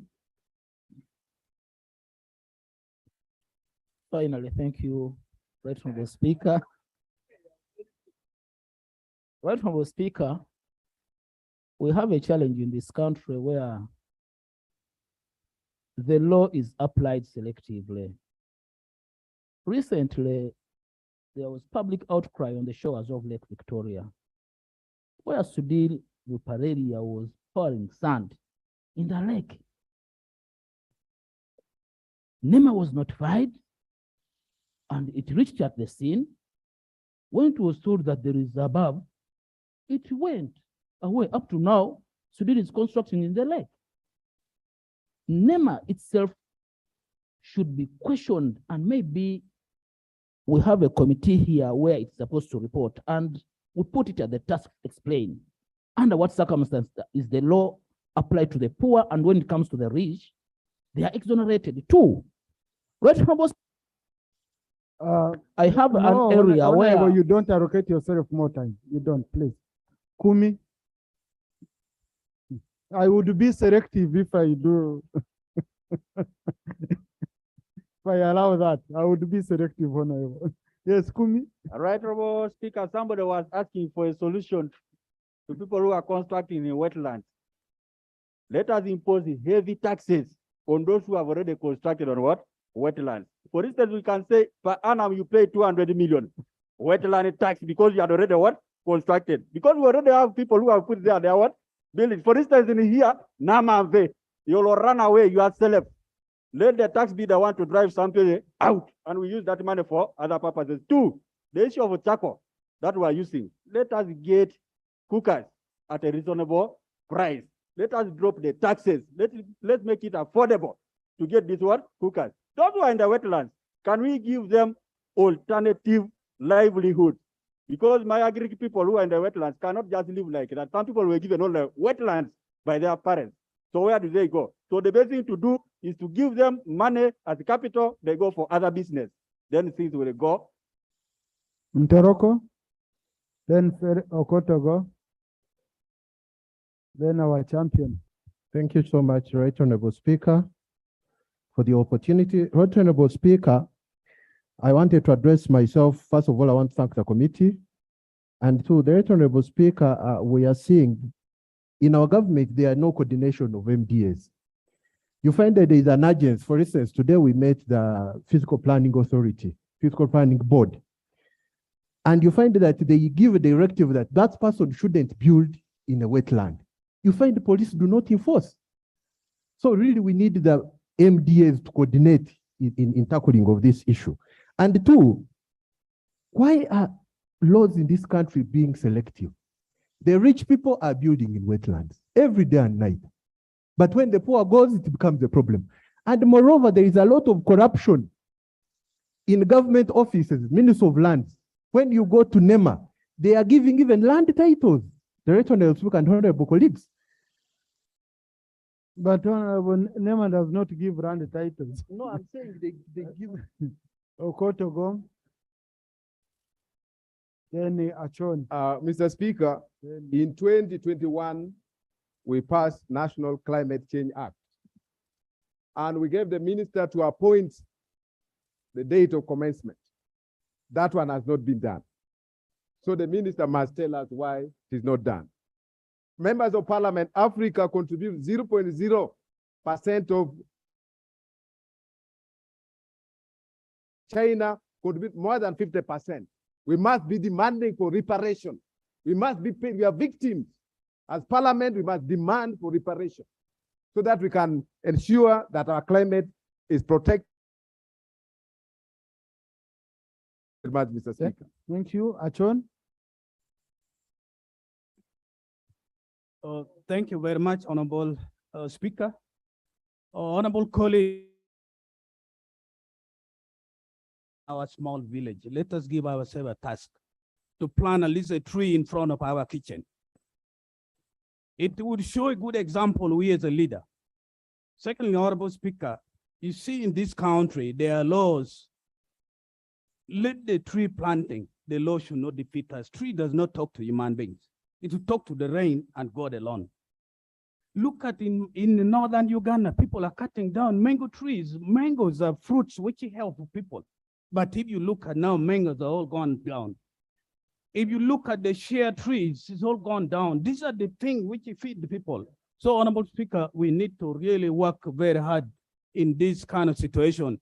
Charcoals alone, if you see in my district, Otuke, people are carrying charcoals 24 hours. Thank you.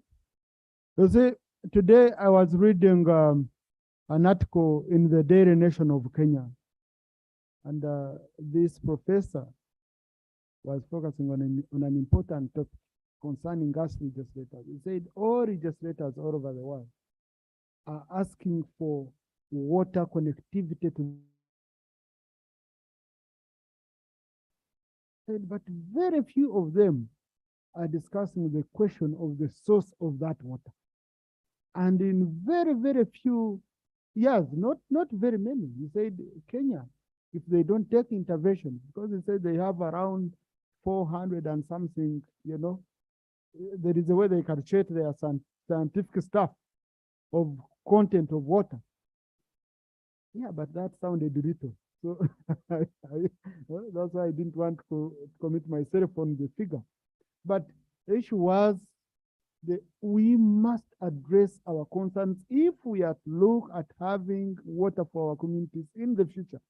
We must look at the concerns of sources of water. Most of you will find the boreholes we're asking for. They will come, they look for water sources and pay. Boreholes in your own areas. So colleagues, tree planting, all these issues, I think the minister will be needed to come and give comprehensive really statement so that we all appreciate, and we go and we run this campaign. You launch a much bigger campaign where each one of us can be involved. But you remember, we used to give tree seedlings as members of parliament. That one also stopped. We have to fight and ensure that is back. Kagadi, and then Museveni. Museveni, who is not your way. Thank you very much, Right Honorable Speaker. I want to thank the committee and the chair for good presentation. Right Honorable Speaker, Uganda's economy is particularly vulnerable to climate change, given its significant reliance on its natural resources. Here, I mean, when you look at how we have been affected as a country, the longer droughts that have enormously affected agriculture productivity, high dropouts in water levels, for example, in Lake Victoria, low hydroelectric production as seen in Nyagak 1 hydropower plant in West Nile region, following the uncertainty of River Nyagak. The rainfall that has decreased has also become less predictable and less evenly distributed. You can see, in addition to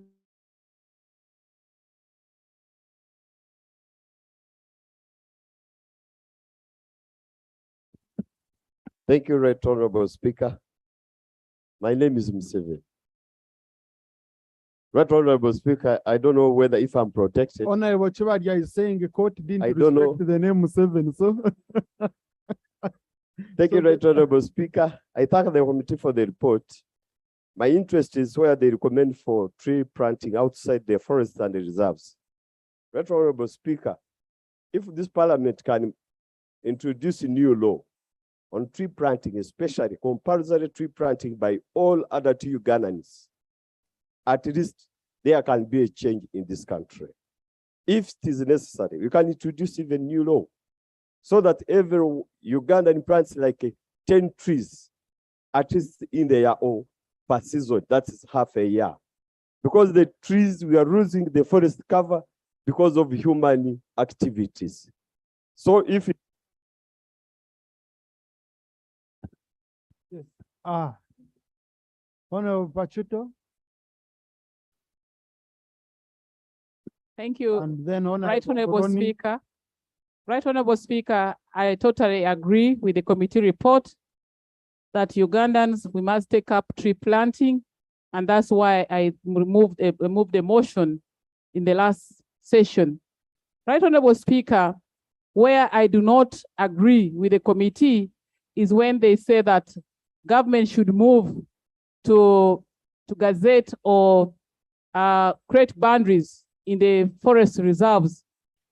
Why I do not agree with them, Right Honorable Speaker, is that they should have gone into the nitty-gritty to state that government must follow the processes as it is in the law. Right Honorable Speaker, why am I saying that? We have cases of unknown forest reserves. Somebody said here is 47 years old. You grew up and you never knew of a forest reserve there. People have always lived there. I'll tell you of a case in my sub-county. And the government. Moroni. Thank you, Right Honorable Speaker. Right Honorable, I want to thank the committee for the report. As from the Mount Elgon region, disasters have hit us because nature is fighting back. Flash floods, landslides, because the hills and mountains are bare. We need, as a matter of urgency, government needs to locate people from Mount Elgon and we let the trees occupy their natural habitat. I'm glad that the committee was able to interface with the Ministry of Energy regarding utilization of renewable energies, because 90% of the energy is biomass, meaning people are cutting down trees as a source of fuel. There is a policy for free connection. What happened? The regulator has now introduced. Oreku.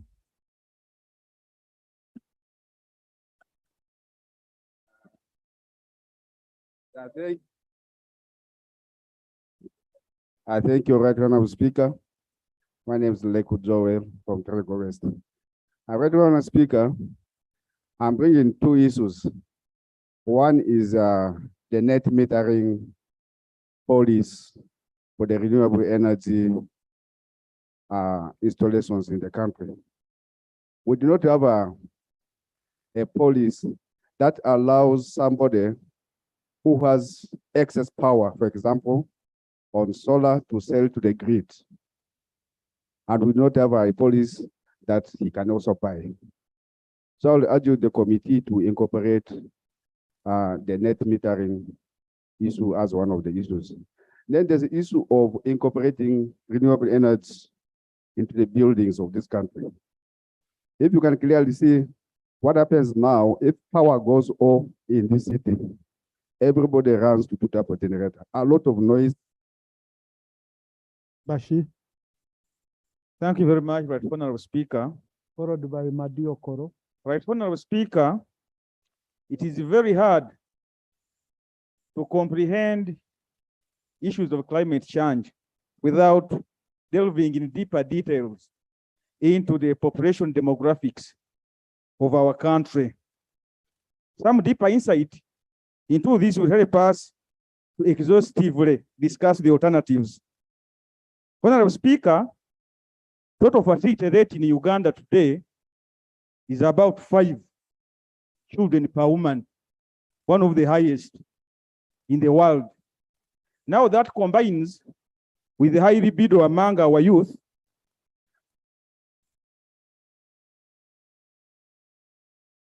Mr. Speaker, protect me. The high libido among our youth added together, and in that you can see that annually we register. Madio Koro. Thank you, Right Honorable Speaker. Right Honorable Speaker, there's been poor relations between the NFA and the local communities in Uganda, as you've heard from other colleagues here. And this relationship has further gone down the drain because of the way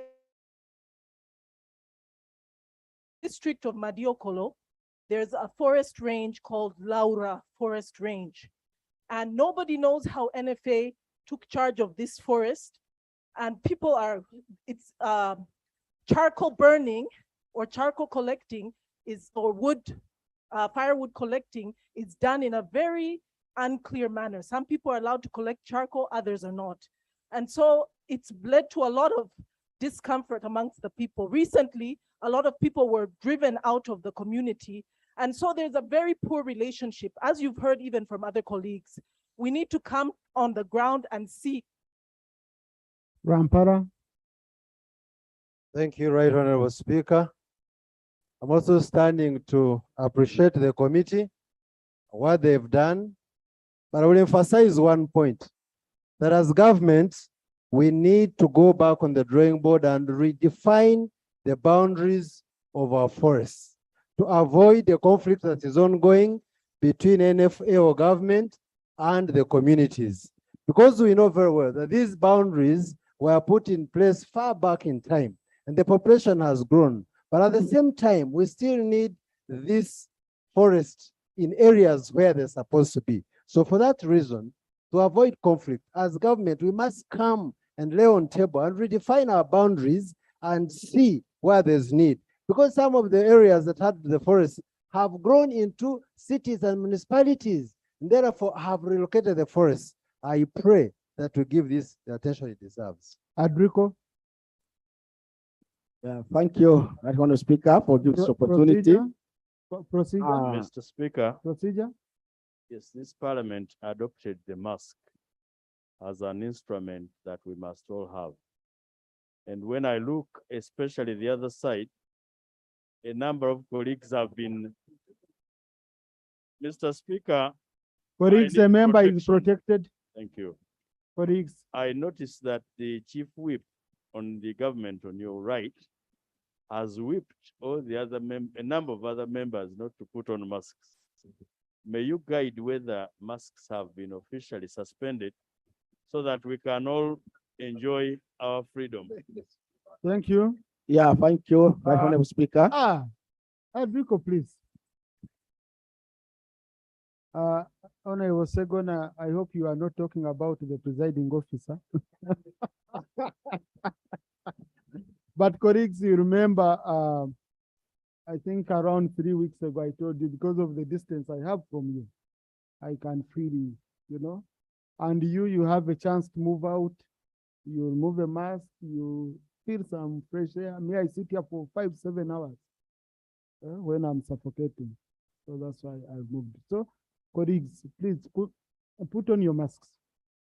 Minister of Health has not yet cleared us.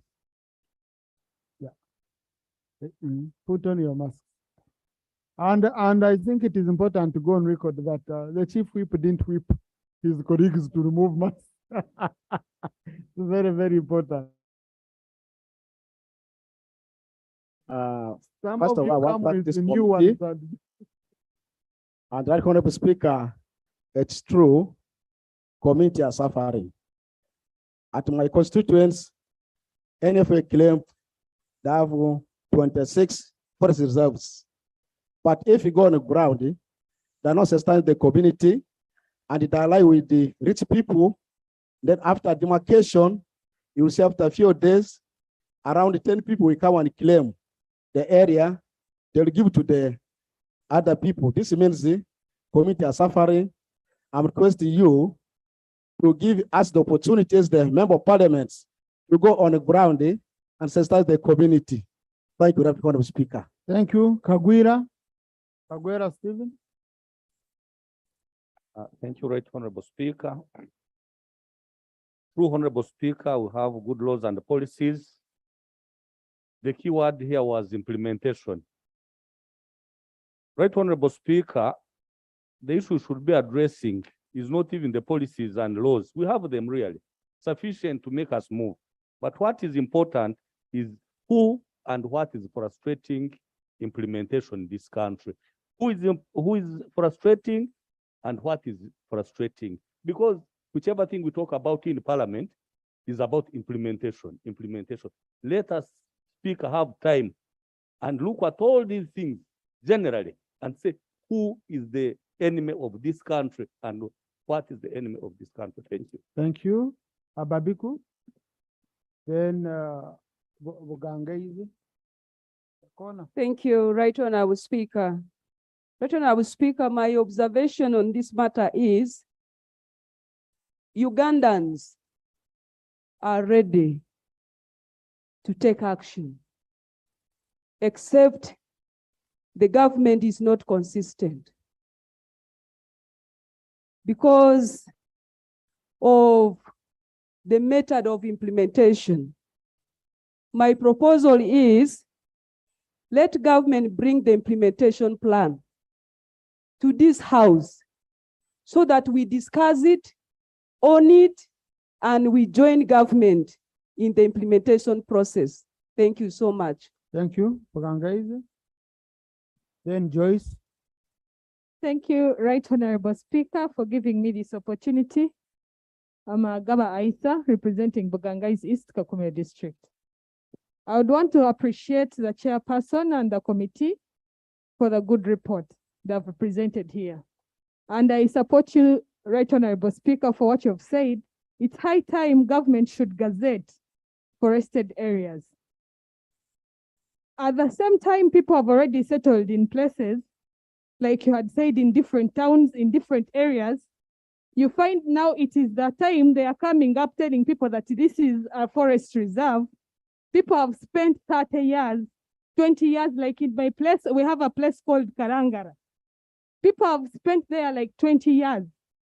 But it's the government, it is not sure whether it's a forest reserve, whether it's an empty area where people should stay. People are not entitled.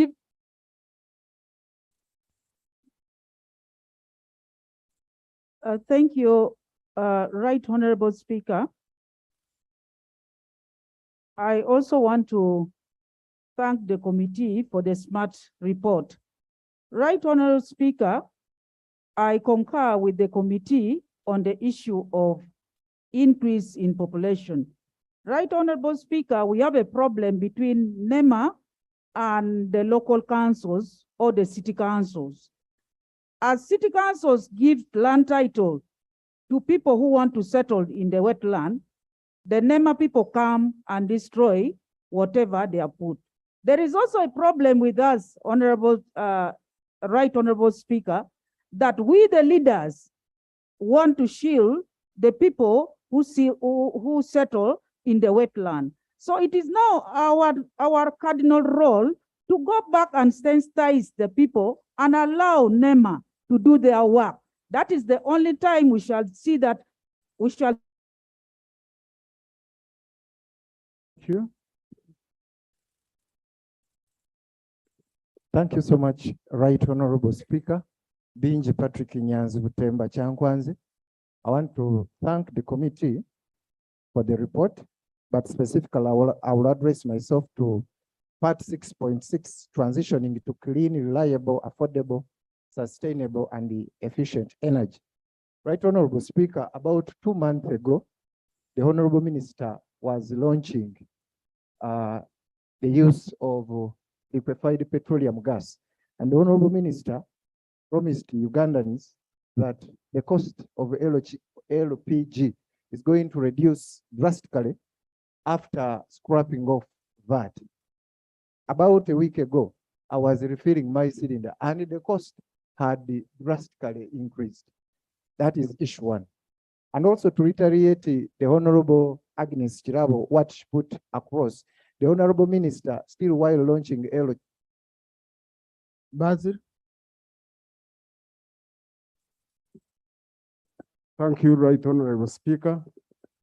One, Basil Bataringa from Kashar North. Rural electrification was introduced to help forests. So why is it that for 3 or more years, poles are spread over very many constituencies without electricity being connected to the homes of people so that we protect these forests?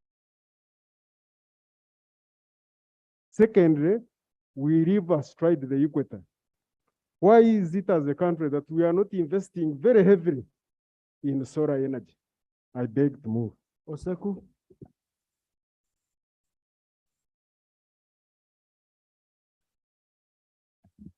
Thank you very much, Right Honorable Speaker. My issue is that there are areas that are heavily populated and we're facing land fragmentation. But the government has land, especially in institutions of government, the schools, the health centers, the sub-counties, and you look at them, they are bare, there are no trees there. So in my view, the ministry needs to take up, mobilize the resources, and they plant trees in these places. We shall be able to trade on that carbon. Thank you. Thank you. Adiek?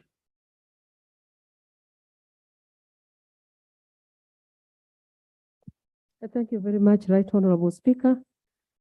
Mother Nature has really suffered by the actions of men and women.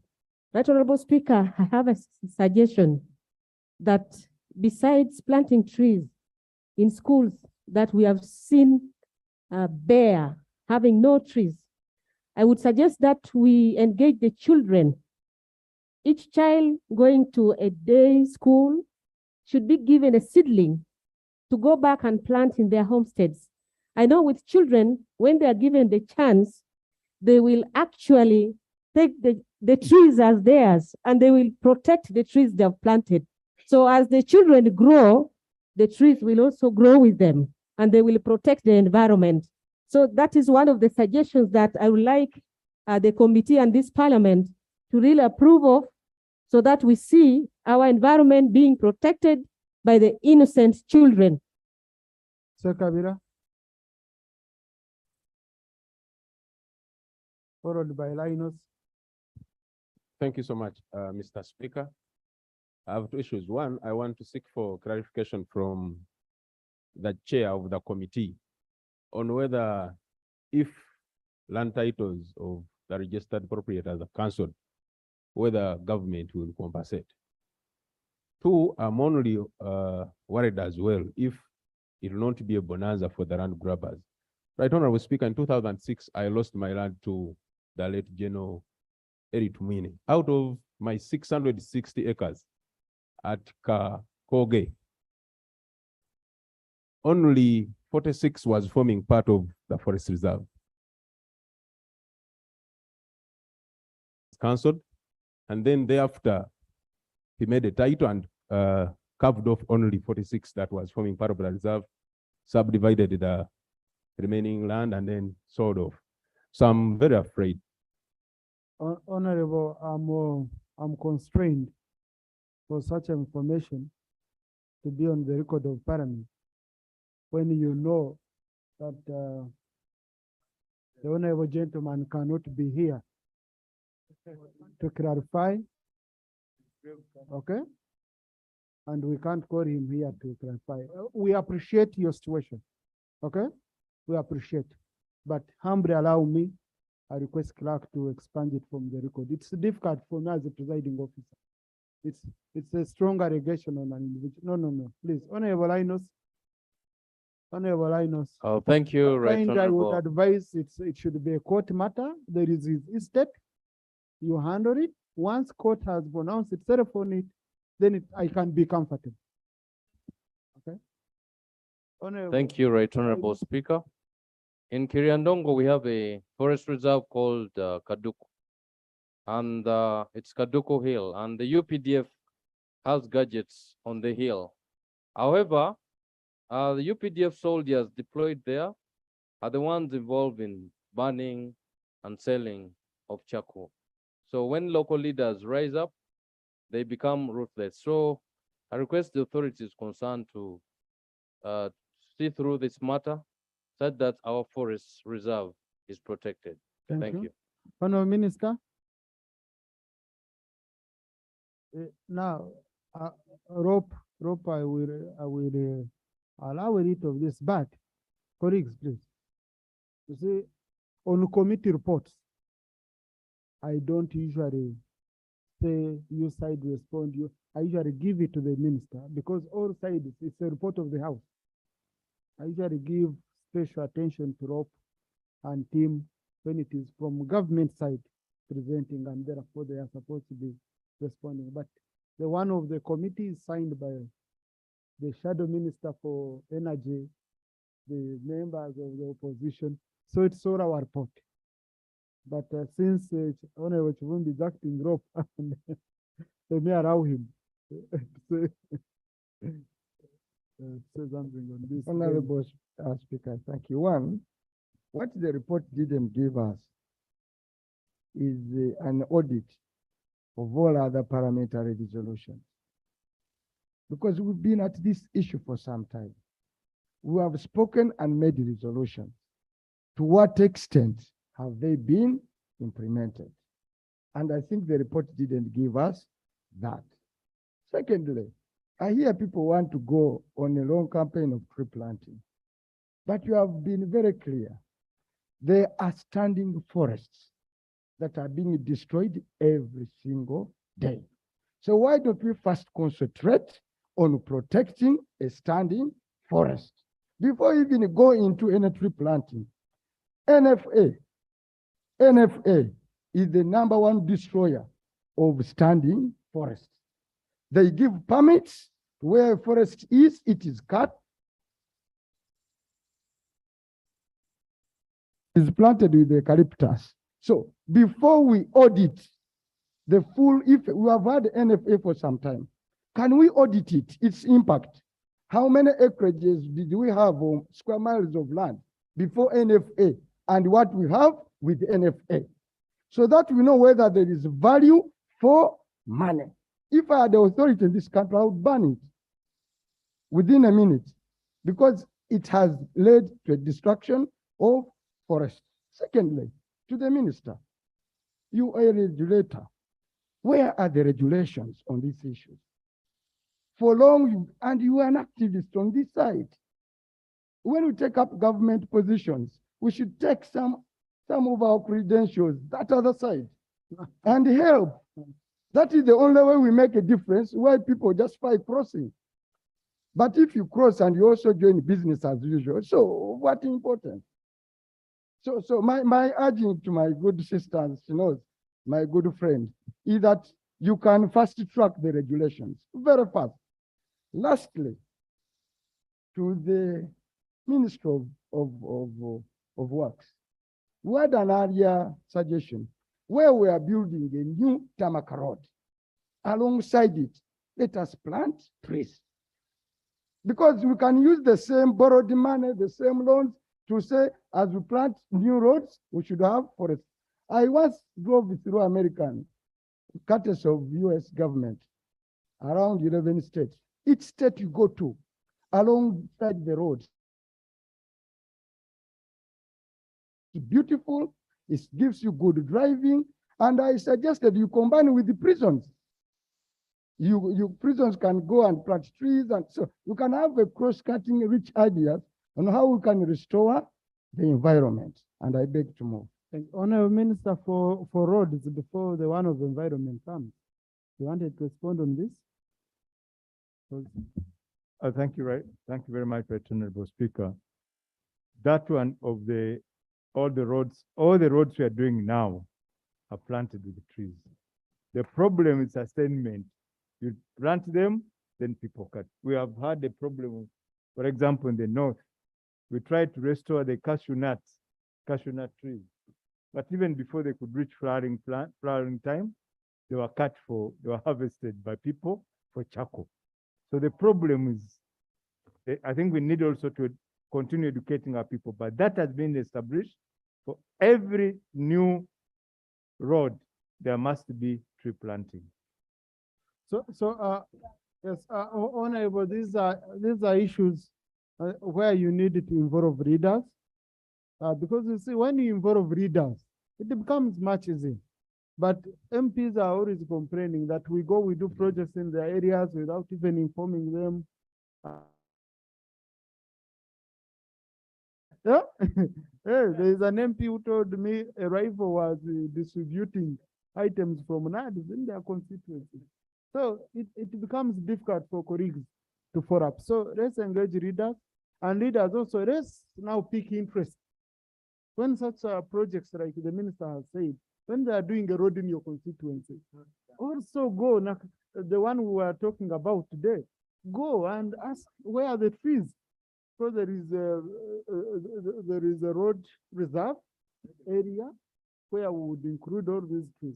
So, Honorable Minister for Environment,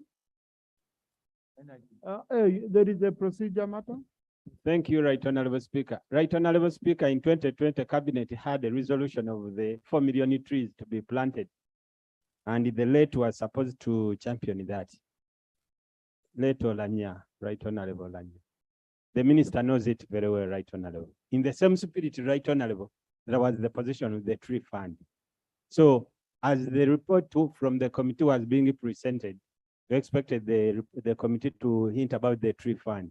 Wouldn't it be procedure, right, Honorable Speaker, that as the minister comes to respond, she responds on those two things of the 4 million trees to be planted and the tree fund? Thank you. No, that would be really right. But now what confused me was there was a cabinet resolution then to be spearheaded by the head of the legislature.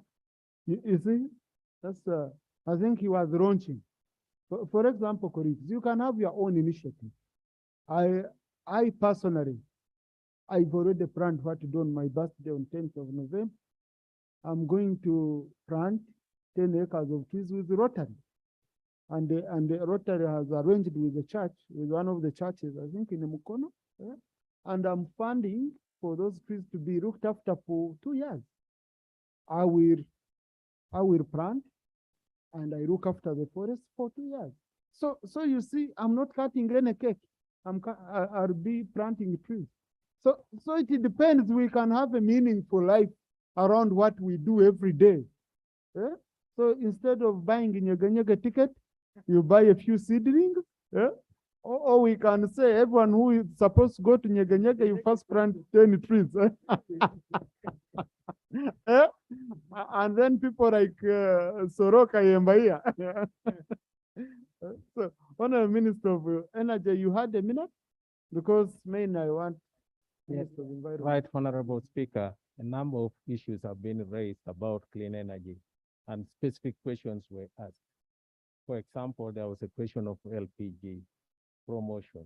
Yes, that program is on, was launched by the minister, and we're actually piloting it in Kampala. 600 cylinders have already been given out. We are going to roll it to the district. Kampala. And it's not meant for your class. It is for people with 2 bedrooms and so on. I can produce the list of people who have benefited out of it. Yes. Committee on Natural Resources follow up on that matter. You can follow up on that matter. The project is ongoing. We are promoting the use of mixed energy sources to reduce the use of biomass. Honorable Irene said we have actually come up with a cooking tariff to encourage those who have power in their houses to go into using electricity for cooking. And that program is running on. The free connection of electricity, ECP, free electricity connection. There isn't enough money to actually implement that policy, but I wish to assure the House we are coming, Cabinet approved a project where we shall actually reactivate the free connection policy. It is going to be debated here in the House. I expect that you will support it to connect your people into electricity. It has already come out of cabinet. Minister of Finance will present it. Honorable Minister. Yes. Now what you're doing, yes, you're getting side talk and formalizing it on the Hansard. So one who will be reading the Hansard in the future will say, who was the minister talking to? Because the ones talking from the sides are not on record. You are on record. Okay, so let me continue. So don't respond to anything else. Okay, thank you very much for that guidance. And then the polls which are standing, those polls are in plan, the programs, the projects are actually running. It doesn't matter. The project is running.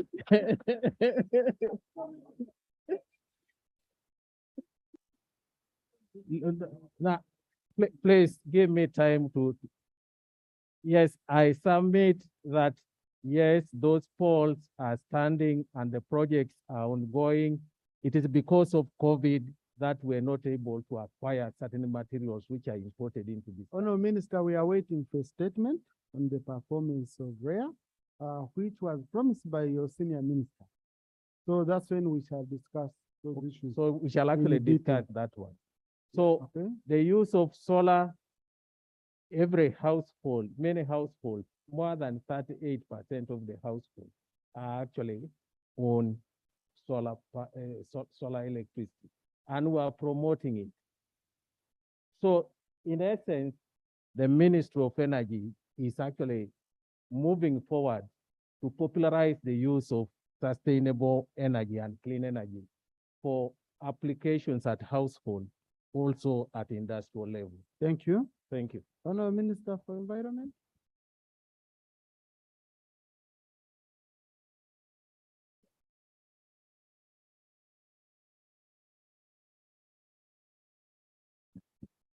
Thank you, Right Honorable Speaker. I thank the committee chair and the team for the report. And Right Honorable Speaker, the issues which has been raised are actually not new.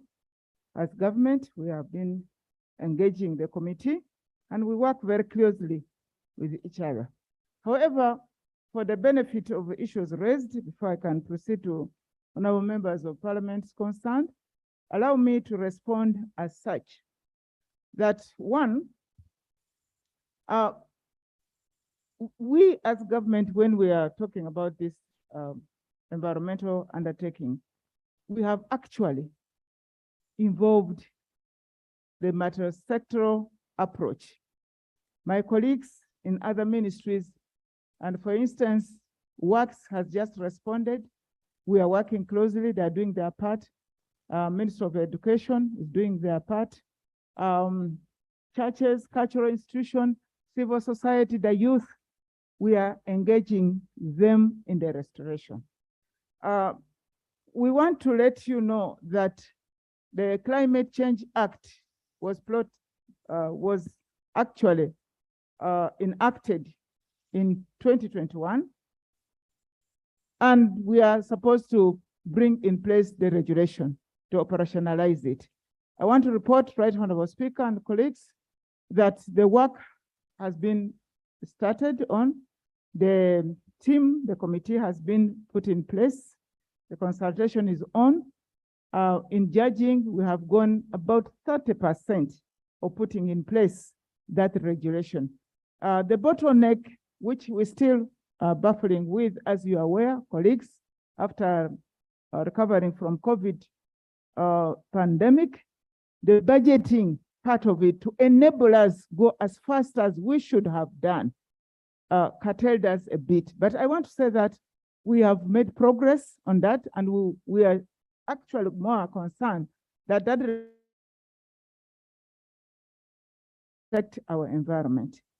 Right Honorable Speaker and friends, I also want to report that Cabinet in August passed the 10 years restoration program, which was spearheaded by the first Deputy Prime Minister, and indeed a number of resolutions towards restoration of our environment were agreed upon. And all the concerns which my colleagues raised, most of them are actually being catered in there. I want to briefly highlight them so that I don't go into the concern of the colleagues again. One, that the National Environment Fund, it was restored. Cabinet confirmed and approved that.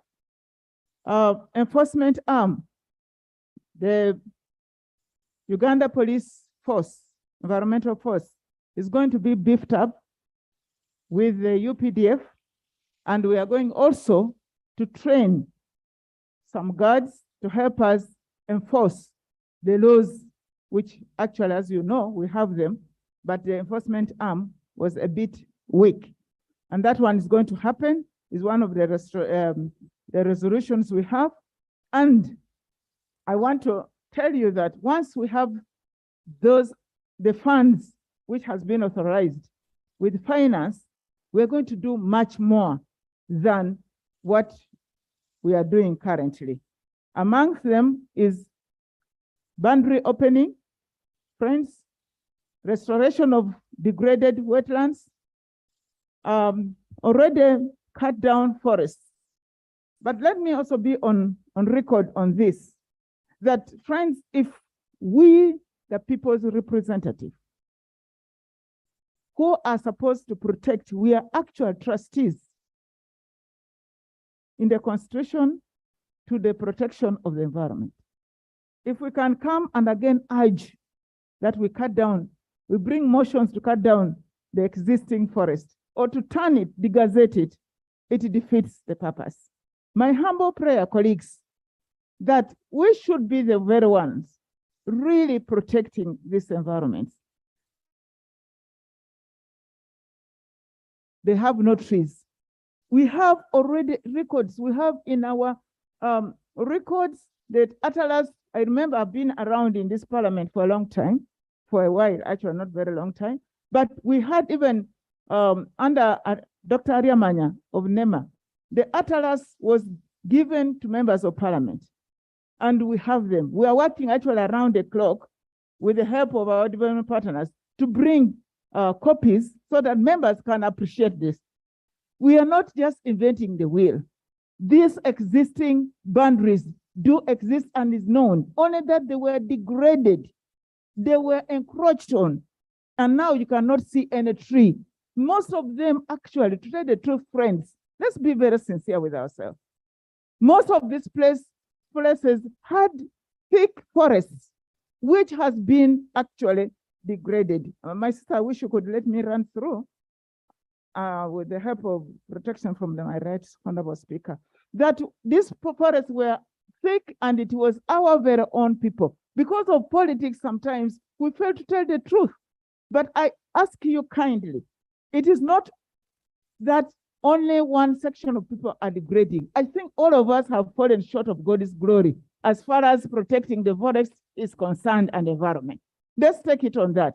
Because if we keep on pointing the fingers, who is the general, who is the member of parliament, who is the minister, it's all of us. And if I have records, if I brought to blacklist everybody, it was not going to move us forward.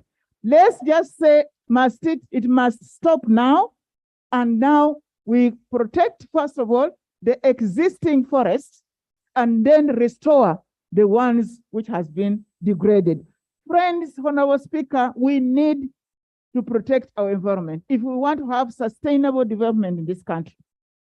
The roads work you are talking about, the floods, the landslides, these are our results of degradation of the environment.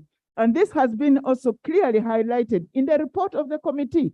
So it is now the challenge that we all play our part and God will help us. If not, God is going to, nature is talking, we must actually listen. The meteorological department, colleagues, you are aware of the challenges we have, but I want to be also on record that even last night I was watching TV. The meteorological department is continuously trying to forecast what is coming.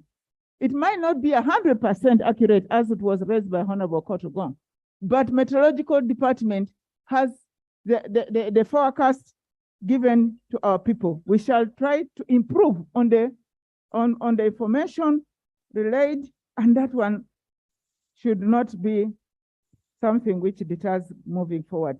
I want also to bring to our attention that the double application of the law, as colleagues have also said, it's true that we see people occupying the wetlands, people cutting down trees, big vehicles, but I want to let you know that we should also appreciate the effort of NFA. We have impounded vehicles, we have taken cases to court and prosecution has taken place, and we are moving towards having environmental court or a specialized court that fast tracks the environmental offenses so that there's no delay. And that one is what is on the offering. We already have some courts which are already on Uganda Road, the chief magistrates there handling this. This one also has been a problem because the offenders, as soon as you arrest them, they go to, we take them to court and say, you prove that this was a forest. And you know, I'm not a lawyer. My son-in-law here, Kivumbe, who might also be knowing some of this more, that the court will say, prove. Have you gazetted it? Where is the boundaries, as the colleagues are already raising here? And that one gives a leeway to the degraders to actually take time to even finish the remaining part by the delayed court justice. So this should now be one of the issues we are solving. Friends, we are also promoting agroforestry. This is already ongoing. The report has already alluded to that. But I want to be on record that as government, we are already encouraging that. And actually, we are seeing it as a solution. The trees we are talking upon, some people grow trees, and once they have problems, they just go and cut down. My colleague has just talked about, MP has talked about even mangoes being cut down. But we want to actually to promote agroforestry, especially on the private land. You should actually differentiate between government central forest reserves and the forest on the private land. And how we manage it is now what is the difference. But most times, friends, just look at even those who are cutting their own planted trees, which we should actually, by law, regulate. But somebody decides, I have a problem, I'm cutting down my trees to pay for school fees. We are saying, okay, can we try to introduce some specialized tree species? Can we promote coffee growing? If a person had grown coffee, that is already a cash crop. And yet for us, it is a tree and it helps us improve the tree covers. Macadamia, avocado, cashew nut, fene, whatever. So these are our alternatives we are trying to advise our population. And I implore you, friends, that we should also promote this in our constituencies so that people can no longer go for species which after a while they can cut down. I also wanted to bring to your notice about what we are doing in improving the forest cover. We think it is quite critical, and we are talking to leaders, your people's leaders. As a country, we want to increase the forest cover, but not for the sake of just increasing the forest cover. The world is moving towards carbon credit. And this is another upcoming hot cake, which as leaders, we must prepare our people and appreciate to keep their tree covers not destroyed, while as government and you leaders, parliament for that matter, we put in place, actually my ministry is already drafting a regulation, how we are going to set ourselves ready to engage in carbon credit. So the trees our people have should not be cut down, not even the one existing, but we should encourage them so that when the carbon credit time comes and the regulations is put in place, we are able to let our people start earning. Including deceiving members of parliament, that we are going to give you so much money, you go and plant trees, and then we sign some agreement so that during the time of carbon credit, you don't know how much to earn from it. Please, leaders, friends, let's not sell our country. Let us not give away the rights of our people. The trees our people are planting are going to be traded, and that money must come to this country, not for somebody to use the tree covers he has given the money for and go and trade it at international level where you and us, we don't know. So, Right Honorable Speaker, I think very shortly after a while, once our regulations are ready, we shall come back and also through this parliament, let the people's leaders appreciate and we pronounce ourselves as a country so that we also start preparing ourselves to earn from our tree covers. We have been engaged in so many international meetings, and we are advancing that, leave alone the carbon credit. We also need to make sure that our natural resources, which are existing, we actually put value to it.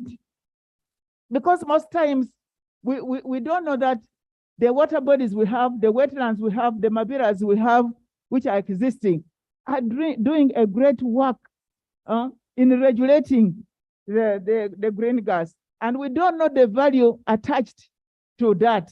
So also, we want as a country to start putting value to our natural resources so that when we go to negotiate, when we go to discuss in international forums, like last week, we came back with a team from Parliament, and actually I welcome you, including the Vice Chair, and I place my friend from Gabon, where this engagement has been on. So at that level, people are already preparing themselves. So it is us also encouraging people to plant more trees so that it is given value and it becomes a negotiating tool, rather than advocating to cut the existing one and even try to gazette the remaining one.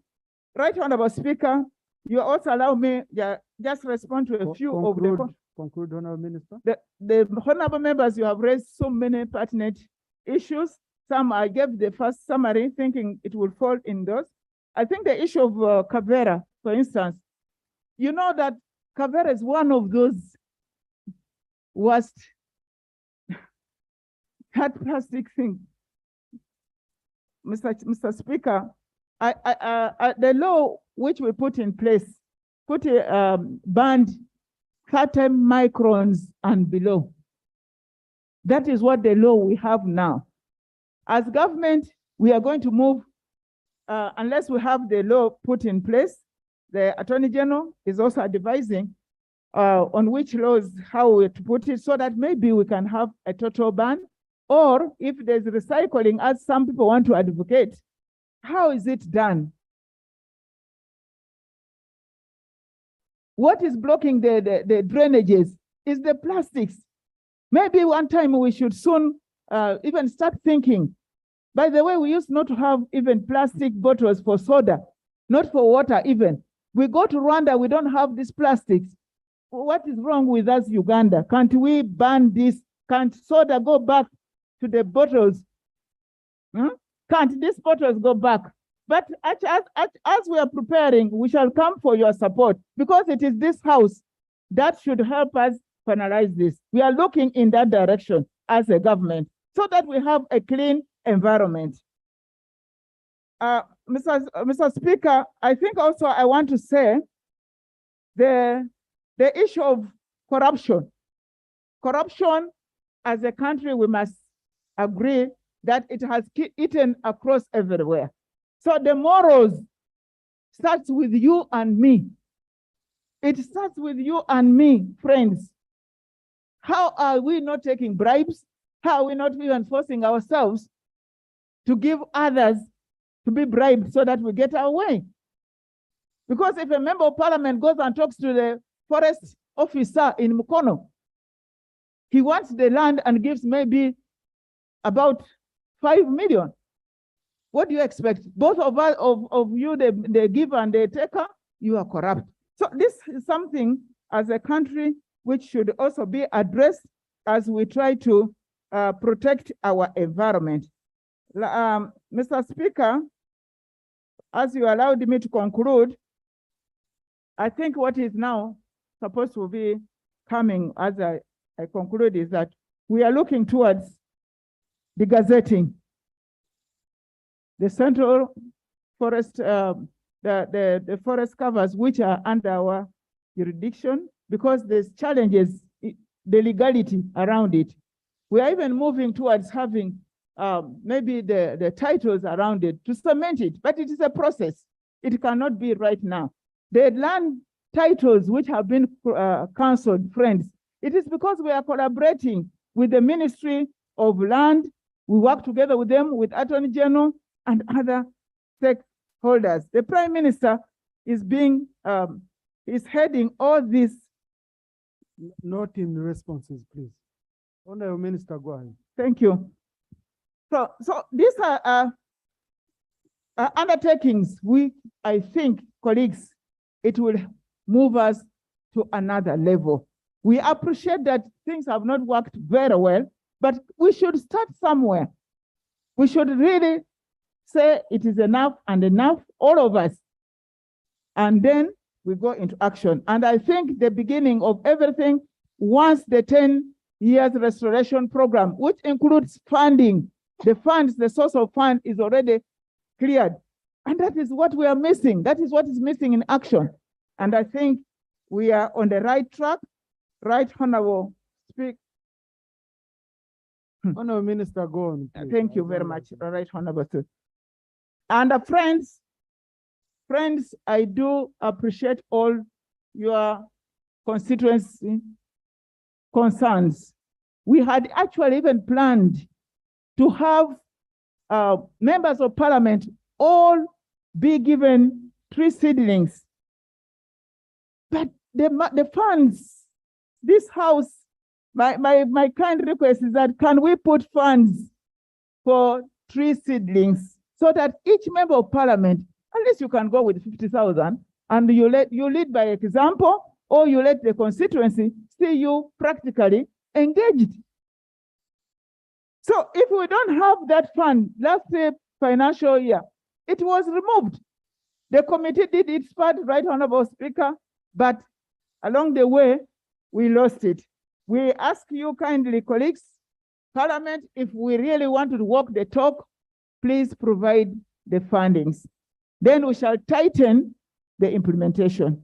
His Excellency, the President, the head of state, has gone an extra mile. On all the occasions, the President has directed that we must restore our environment.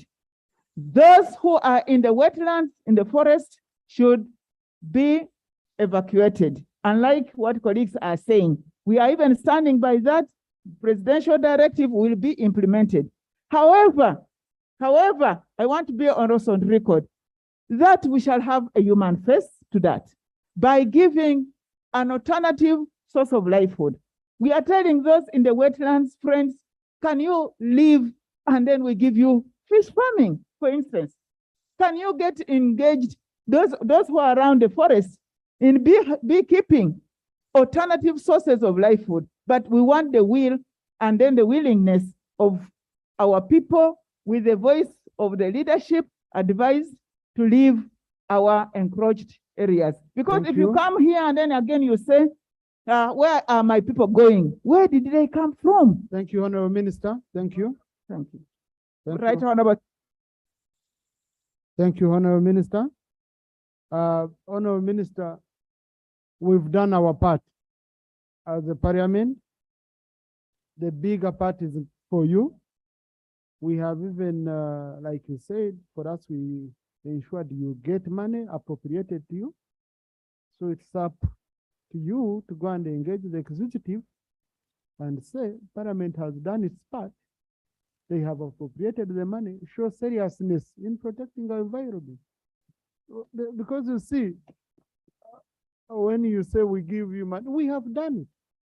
We have done it. We have not refused. In fact, on environmental and climate change issues, Parliament has gone beyond, what it could do to give you all the necessary support.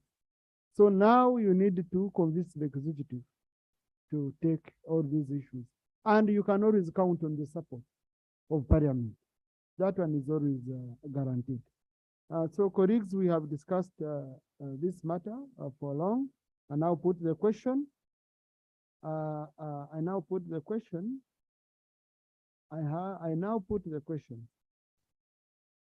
that the report of the Committee on Climate Change on the motion for resolution of Parliament urging government to address climate change in Uganda be adopted by this House with amendments. Those in favor say aye, those against say nay. The ayes have it. Honorable Minister, as per Rule 220 of our rules of procedure, we need an action taken report because Honorable Chivumbi raised a very important issue, but also crack comb for me the issues we have passed here to do with climate change, and I need it formally forward them to the chairperson committee on natural resources to see which action has been taken, because this guides you in your day-to-day. Committees, your work is not only processing budgets, municipal policy statements, you also do oversight. So during this period when we don't have the budget, we are soon starting the budgeting cycle. I think Honorable Mr. Tim roasted today, so for 2023, 2024. So you better use this time to look into the issues which for the Ministry of Parliament first ABCD. Where have you provided funding for it? How have you implemented all this? So that's very, very important.